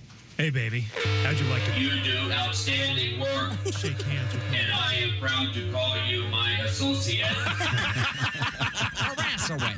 Discreet, effective, lawsuit-proof. Your choices are clear. Bite your tongue every day for the rest of your life. Or bite the bullet once and cough up $395 for Harass Away. Let's hear from one of our satisfied customers. Harass Away? Yeah, I'll tell you about Harass Away. Harass Away has helped me immensely. Those 2 lying sons of... I am extremely happy I purchased it. They cost me my marriage. I cannot imagine a successful job or happy marriage without Harass Away. Hands on those ass. Thank you, Nick and Sonny. That's Nick and Sonny's Harass Away. So you don't have to think about what you say before you say what you think. To order Nick and Sonny's Harass Away, simply dial 1-800-NICE. That's 1-800 You Are Pretty. Very handy to have in an office situation in which sometimes things get out of hand. So the Love Brothers, we certainly appreciate that. A request going out to Vermont. I have another really good trucker request here. First off, I have a closed circuit message to, let's see, David J. No, we can't. Oh. Is the answer to your question. But I certainly appreciate your hard work driving those trucks. Probably Discman or something. It was not Discman. Oh, okay. I think it's a classic. Yes, it is a classic. Contemporary classic. Rick would like to hear something special. And this is another classic. This is an interesting thing because this is a song that I have, it's my understanding, many ladies actually like this. Really? On a topic that you wouldn't think that they would like. It's your understanding. Yes, that is my understanding from doing some You know so much about the ladies. research. That goes without saying. Yeah. Here we go. I was watching TV with my buddy Stevie when we saw the strangest thing. It was so compelling. A woman was selling maxi pads that had wings. I turned to channel 3 and what did I see? A woman who looked real rich. She was living on the hill and pitching Vagisil for the special feminine itch. I tried once more and I turned to channel 4 and I was shocked, I must confess. A gal who was chunky said when she's smelling funky, she just squirts it with FDS. Well, it's on every station. It's plugging up the nation with feminine hygiene ads. Douches and ointments and OBG appointments. And don't forget your Maxi pads, 'cause they have wings to fly. Let's give it a try. It's feminine hygiene. Well, a mama and a daughter walking by the water. Somebody don't feel fresh. Monostat 7 put her back in heaven, 'cause the yeast really makes a mess. Middle-aged debutante looking for a lubricant. I still can hear her voice. Her mama done told her when a woman gets older, the muffin downstairs don't stay moist. Well, it's on every station, and oversaturation of feminine hygiene dames. Creams and lotions and all her emotions and all the water she retains. It's so insane, this game. There's too many names for feminine hygiene. Why do we have to view all that stuff girls go through? It's really got my stomach reeling. Let's give those ads we see a hysterectomy, or at least make them more appealing. 'Cause they're on every station, and oversaturation of feminine hygiene ads. Douches and ointments and OBG appointments, creams and lotions and all her emotions. Summer's even massengill, and if you itch, huge Vagisil, Kotex, Tampax, Gynacort and Yeastex, Norforms, Pamprin, Feminique and Replex, Motrin, Midol for when you're suicidal, Monostat, Femstat, a plug for this, a pad for that. The list goes on and on. It's so insane to me. It's on my TV. It's feminine hygiene. It's on my TV. It's feminine hygiene. Todd Young. Absolute classic Todd Young and the Bob and Tom Band and orchestra backing him up there. Todd is one of the funniest guys you'll ever see. If you get a chance, be sure to go see him live and in person. And that was, once again, another trucker request on this Trucker Appreciation Week. We'll get some more of these on coming up on next week. Why not? Come on. Everyone's out there driving. Now, Pat, you've been giving me the signal. I know there's a couple tunes we were thinking of having you play. I love it when you say tunes, Tom. Let's hear a tune, Pat. What would you like, Tom? Well, do you want to do your Christy Lee tribute? Or Sure. Because Christy's having kind of a rough day. Can't poop. Yeah, constipated. Thing. Constipated. Yeah. Tom said, Christy, what else you got? She did the news when Josh remarked, that's not the way you pronounce municipal. Then the mood turned tense and dark. Christy got a little constipated. She suffered from stomach cramps. So when I sang my second poop song of the morning, that was the day that Christy cracked. Oh, the day that Christy cracked. Remember, she left, we want her back. Oh, we all went on the attack. Oh, the day that Christy cracked. Everyone kept interrupting her. She was about to blow her stack.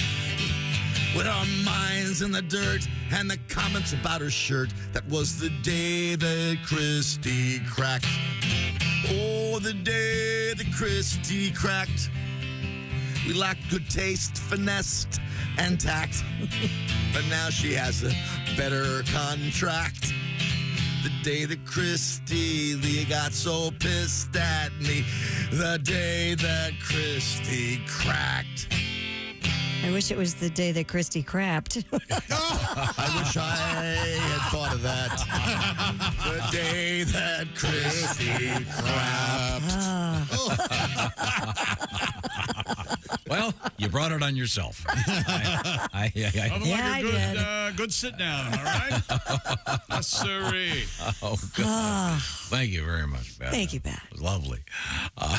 We have some stuff going on. I have a couple of stories I dug up. Okay, go ahead. Israeli archaeologists have discovered 4 Roman-era swords with their wooden and leather hilts and scabbards and steel blades exquisitely preserved after 1,900 years in a cave near the Dead Sea. The arms were stashed, they think, in the remote cavern by Jewish rebels during an uprising against the Roman Empire in the 130s. You don't hear that very often, do you? 130s. The 130s. You know, back in the 130s. Yeah. The exceptionally intact artifacts were found about 2 months ago and tell a story of empire and rebellion, of long-distance conquest and local insurrection. Sounds like Star Wars. It does. It sure does. Wow. They also found 2 very tiny swords. Did they? They believe those are the first to be used in club sandwiches. Isn't that something? I thought you were going to go with a circumcision joke, but no. I was thinking Night at the Museum with those little guys with their little tiny the little centurions. Those are great. Aren't they? When you were a little kid, you ever go to, you'd see at a restaurant someone would get the sandwich and would have that big toothpick with the little ribbon in the top? Yeah. God, that is so cool. The tiny matador. You like that, huh? Oh, I love those. No kidding. Yeah. Don't you love a good club sandwich? Sure. Who doesn't? But I think the club sandwich is just as good without the little sword. Nope. Sometimes It they doesn't need put all an the bread. olive in that sword, don't they? They'll put an olive down there. I don't approve of that. Have you ever had an olive with cream cheese in the middle? Oh, delicious. Really something. It's something. That's a lot of manual labor. Well, someone's doing that all day long. You think somebody's doing that on their they grow that way. machine? I'd like to think I've reached a station in life I'm going to treat myself. Okay. Whip that olive up for me, son. Right? Let's do it. I'm sorry, you had one more, you said? No, we could revisit the Norwegian man who discovered the 1,500-year-old jewelry using his metal detector. That's right. I found it out. Did we ever do that story? Yeah, we did. 51-year-old Erland Bohr was on the island of Renose, where he found what he initially thought to be scrap. Turned out to be 9 pendants, 3 rings, and 10 gold pearls. And a partridge in a pear. Somebody at the Archaeological Museum at the University of Stavanger. Oh, this is worth nothing, I assure you. Make sure you put this locked in the safe. Well, actually, said the pendants date from around AD 500 and will go on display at the museum because under Norwegian law, Josh, any objects found that were before 1537 and coins older than 1650 are considered state property and must be handed in. Isn't that convenient? Yeah. What happened to finders keepers? No, Yeah. your It weepers doesn't there. exist. Sweden, Norway. Where are we? Norway. Norway. This guy will be in the cover of whatever magazine they have for metal detector guys. Oh, yeah. This is the dream. Chick, one of your favorite shows for a while was about metal detectorists. It was called The Detectorists. Really? Yes, They with were out Toby there Jones and looking for him. It wasn't Toby Jones. Is it Toby Jones? Name of that I thought actor? he was the guy that did the foot massage and barbecue that's not it. sauce. I'm glad I blurted it out. No, it's Gareth, someone, Dinah Riggs' daughter, and some of this is facts. You get to pick. I mean, usually the metal detector guys, they come home on a Saturday night with, I've got 9,000 pull tabs from the 70s. But no, nothing really substantial. Now, what are you going to do this afternoon, Chick? Well, I'm going to go to the compound and lock her down with my Simply Safe design it yourself, install it yourself, do it yourself home security system. And now Simply Safe Home Security has a revolutionary home monitoring innovation. It's called 24/7 Live Guard Protection, designed to help stop crime in real time. Now, if an intruder breaks into your home, Simply Safe professional monitoring agents can actually see, speak to, and deter them through Simply Safe's new Smart Alarm wireless indoor cameras system, stopping them in their tracks. 24/7 Live Guard Protection made possible by the new Smart Alarm wireless indoor camera, available with Fast Protect monitoring plan. It's the only indoor security camera that can trigger the alarm and instantly deter intruders with a built-in siren. Install your way, of course. Do it yourself like I did in about 30 minutes, or you can have a Simply Safe expert set it all up for you. Either way, it's easy to protect your home, and you can check into your home. You watch your cameras on your smartphone with the Simply Safe app. For a limited time, get 20% off your new system when you sign up for Fast Protect monitoring. Visit simplysafetom.com. That's simplysafetom.com. Remember, there's no safe like Simply Safe. Thank you very much, Chick McGee. Don't forget, we've got our competition up and running. It's the Bob and Tom Pigskin Pick'em. Each week, a Big Green Egg Mini-Max is out there. You could win it. Get the details at bobandtom.com/contest. This is the Bob and Tom Show. Thanks for listening to the Bob and Tom.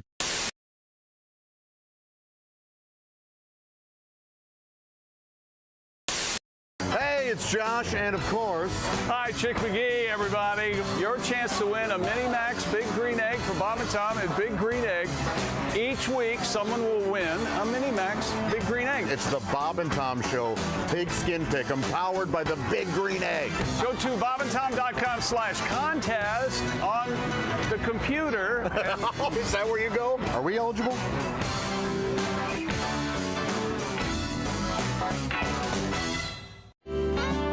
Last time you were here, Eric, you impressed us with your musical skills. You, that's right. You are a manualist. Yes, I am. Now, for those that don't know what that means, manualism is the art of manipulating one's hands to make. There you go. To make that sound. That wasn't me yet. I didn't. There we go. You must be. Sorry, excuse me. You must kick ass at parties. That was my no hands. Yeah, I know the chicks dig this. Yeah, I know they do. Yeah, if you're at a party. Yeah, this is my go-to on a first date. I'm gonna say, if you're at a party and you see Eric and there's a big group of guys hanging around him, this is what they're doing. Wow. They're looking for that, and then my Dungeons and Dragons kit too. I'm doing that. So, give us a sample. All right, there you go.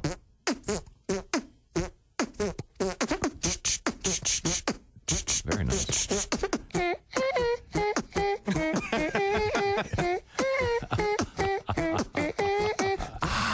Push it.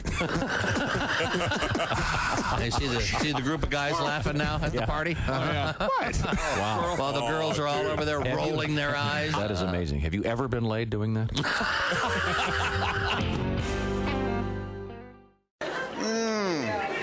It's literally just water. Mouth it. Mouth it?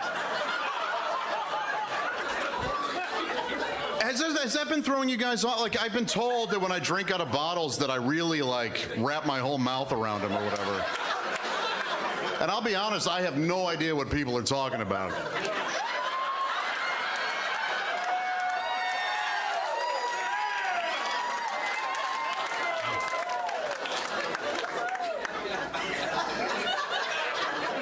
How we doing, fellas?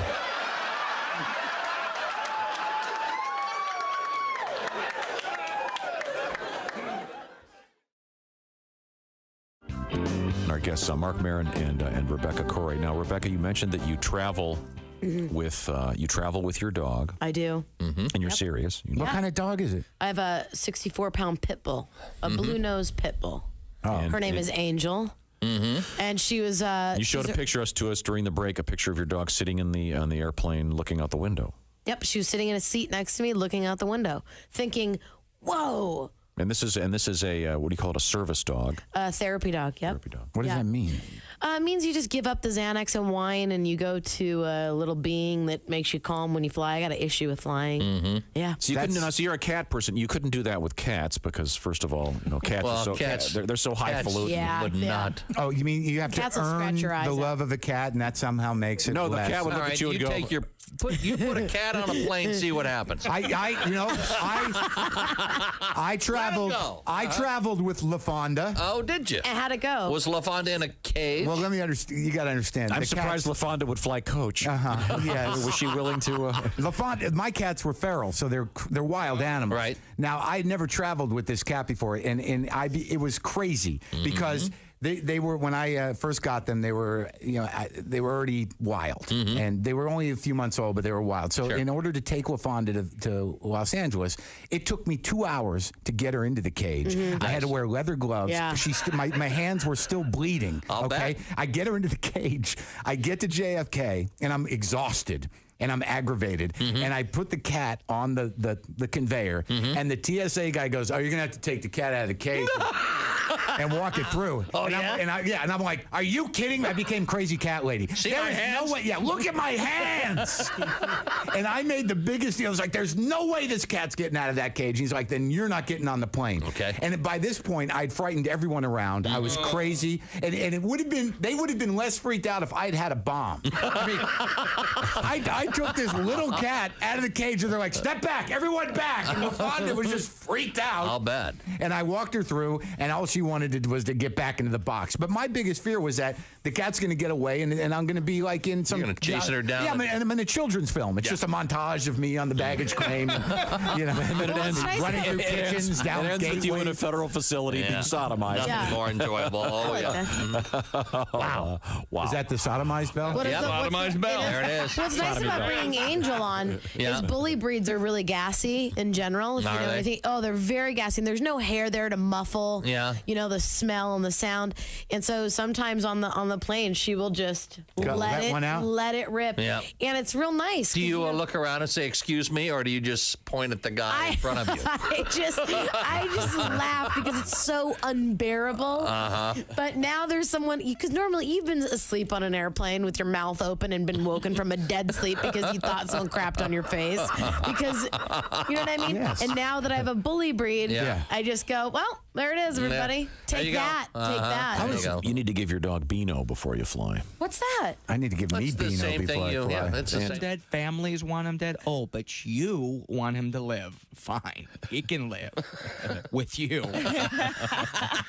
And when he's done drinking soup out of your skull, dabbing his mouth with your peace pamphlet, we'll come by, put a bullet in his head, and the world will have 2 less psychos to worry about. This is for the people going through heartbreak right now, and you don't know what to do about it. Okay. Get sick, turn my stomach, throw up, chuck, pray to the porcelain god. Barf, belch, bail out, blow chunks, lose lunch, vomit, feed the fish, and heave a log. Evacuate all you ate, retch, route, regurgitate, drop your cookies, puke, and spew. Hurl, purge are just a few words that come up when I think about you. That's quality Hi, this is material. Larry Reeb, Uncle Larry. It's a sick world, and I'm a happy guy. Welcome back to the Bob and Tom Show at the news desk. It's Christy Lee. She's out. There's Pat Godwin in the performance room. It's gonna be like Tim Tebow on his honeymoon, except from the back. Boy, he loves that joke. There's Josh Arnold, the I Hate Steven Singer sidekick chair. Hi. There's Ace Cosby. Hey. I'm Chick McGee, and here's Tom. Perforated a kidney. Oh. That doesn't sound right? A perforated colon? That sounds painful. Like a water pick. Right? You get sepsis. I know. Probably. I would think. You got to hold it up, look for holes in it. I bet so, yeah. Time now for our history lesson. All right. Time now for today in history. September, Tom? 15th. Very good. Well, this is interesting. Okay. This is a guy remembered, I think, for all the wrong reasons now. I can't wait to find out who this is. 1254. Happy birthday, Marco Polo. Now primarily. You think he and Isabella had, banged it out? Oh, I don't know. Because she was his main benefactor, right? I think she may have said, "Hey." Yeah, that's how we got. Mostly famous for a swimming pool game. Yeah, absolutely. And a terrific TV commercial a few years ago. What did he find? He found spaghetti. Spaghetti, is that what it was? Mm-hmm. Spaghetti, so pasta. Right. Fireworks. And Pekingese dogs. And riding horses with a mallet. And riding horses with a what? Mallet. It's polo. Mallet is what you're saying. It came out real weird. I thought I misheard, but I did not. No, you didn't. I misspoke. Christy, we're here for the next chucker. Happy birthday. He's not here anymore. Who? 1857, William Howard Taft. Well, now you can't do something like that and say he's not here anymore. Well, he's deceased. Well, he can still recognize his birthday. Okay. Absolutely. The anniversary of his birth. All right. Who is it? William Howard Taft, the first president to throw a pitch at a baseball game out of a bathtub. I think we all know that. A large man. Yes. Yeah, he was a fat. Happy birthday, Agatha Christie. She's in the news today, right? A new movie starring Kenneth Branagh playing, what is it? Hercule Poirot. Yeah, whatever. Well, let me tell you something. I'm sorry, Tina Fey, but I want you, when I see you, to do comedy. I don't want you being serious. Oh, really? I don't know. So cut it out. She might be great. Nope, Jerry Lewis. The only one could be serious. Well, that's... What do you think of that? No. No? Happy birthday, Tommy Lee Jones. One of my favorites. Great. What? You don't like Tommy Lee? Craggy. Yeah, man. Craggy face. He's seen a lot, hasn't he? He's lived. Yeah. Who was his roommate? Al Gore. Al Gore, right? And Bobby Summerby, the comedian. Yeah, very Who? Bobby Summerby. He's been here. Yeah, never heard of him. Fine comedy writer. All right. As long as he doesn't do stand-up. 1972, Jimmy Carr. I like Jimmy Carr a lot. He's funny. Who's Jimmy Carr? It's from England. Yeah, British comedian, very... Like a Pardo type. One of my favorite jokes of his is, throwing acid is wrong in some people's eyes. That kind of... Oh, one of those guys. I love that. Well, that explains me not knowing who he is. Jimmy Crack Carr and you don't care? Okay. Does he do news for cats or whatever the hell it is or something like that? I don't think so. Something like that? Never mind. This is controversial, Tom, but he has a joke that I think you would love. He goes, who here thinks we overreacted during COVID? And a ton of people applaud. And he goes, yeah, most of the survivors do. You know, that you laugh and you learn something, don't you? Happy birthday, Tom Hardy. Good actor. Love Tom Hardy. I wondered which would break first, your mind or your body. Happy birthday, Prince Harry, born in 1984. I'm terrible with this. Is he the heir or the spare? Spare. He's spare. He's the one that wanted to get away from publicity, so he moved to Hollywood. Okay. Let's see. Oh, this is important. 1928, Alexander Fleming discovered penicillin. Yeah, he did. I thought he wrote James Bond. That was his brother, Ian. Oh. Okay. He left a sandwich out and ate it, and his cold went away. Hey, I think I'm on to something. I'm on to something here. It's either lettuce or ham or cheese or... Well, it can't be the bread. I'll throw that out. 1954, on this date, the famous skirt blowing up scene Marilyn Monroe filmed on this date. The fabulous Tom Ewell never made another decent movie in the history of the world. Wow, that's a great piece of trivia. I wouldn't have remembered that guy's name. Yeah. He was like... Would you say that he was an early Jack Lemmon, but Jack Lemmon did it better, I think? I would, yeah, Jack Lemmon. Yeah. He was a little more everyman-ish. Yeah. Kind of your next-door neighbor kind of guy who didn't really necessarily get a shot at Marilyn. And that tweet ash right. And I think that's enough history for one day. How'd you like to be the guy under that grate holding up the leaf blower? That must have been a good day at work, huh? Yeah. Was that one more take? Was that actually on the streets of New York, or was that on a set? I don't know. Okay, I'm sorry. Go ahead, Chick. Time now for things we learned today on the Bob and Tom Show. Tom has a urinal in his primary bathroom. He's very proud of it. Do you have you have to buy your own urinal cakes? Put those in the bottom and do the whole thing? You know, I haven't purchased any urinal cakes yet. There doesn't seem to be enough of build-up since I'm the only one using it. You're the only one? Well, he's the only male that lives in the house. I live with, there's a beautiful woman living there. There are some little girls in and out of the house. That's the epitome of excess, isn't it? Oh, yeah. The only penis is going to be going in there. Well, I want a urinal. It's awesome. It was a joke, but we did it anyway. Colorado State this weekend, 10 o'clock Eastern on Saturday night. Colorado State getting 24. I am really enjoying the Ace Cosby joke of the day. I've turned the corner. I laugh hard every time. And Josh wants the Mona Lisa to be painted on his testicles. We'll be doing that Monday morning. Did you call Miss Hooker and ask her about that? No, she said no. Okay. She did? I was going to say no she for her. She can bring potatoes in. Okay, very good. Thank you very much. This is the Bob and Tom Show. Think you know your pro football? Then play Pigskin Pick'em every week at bobandtom.com/.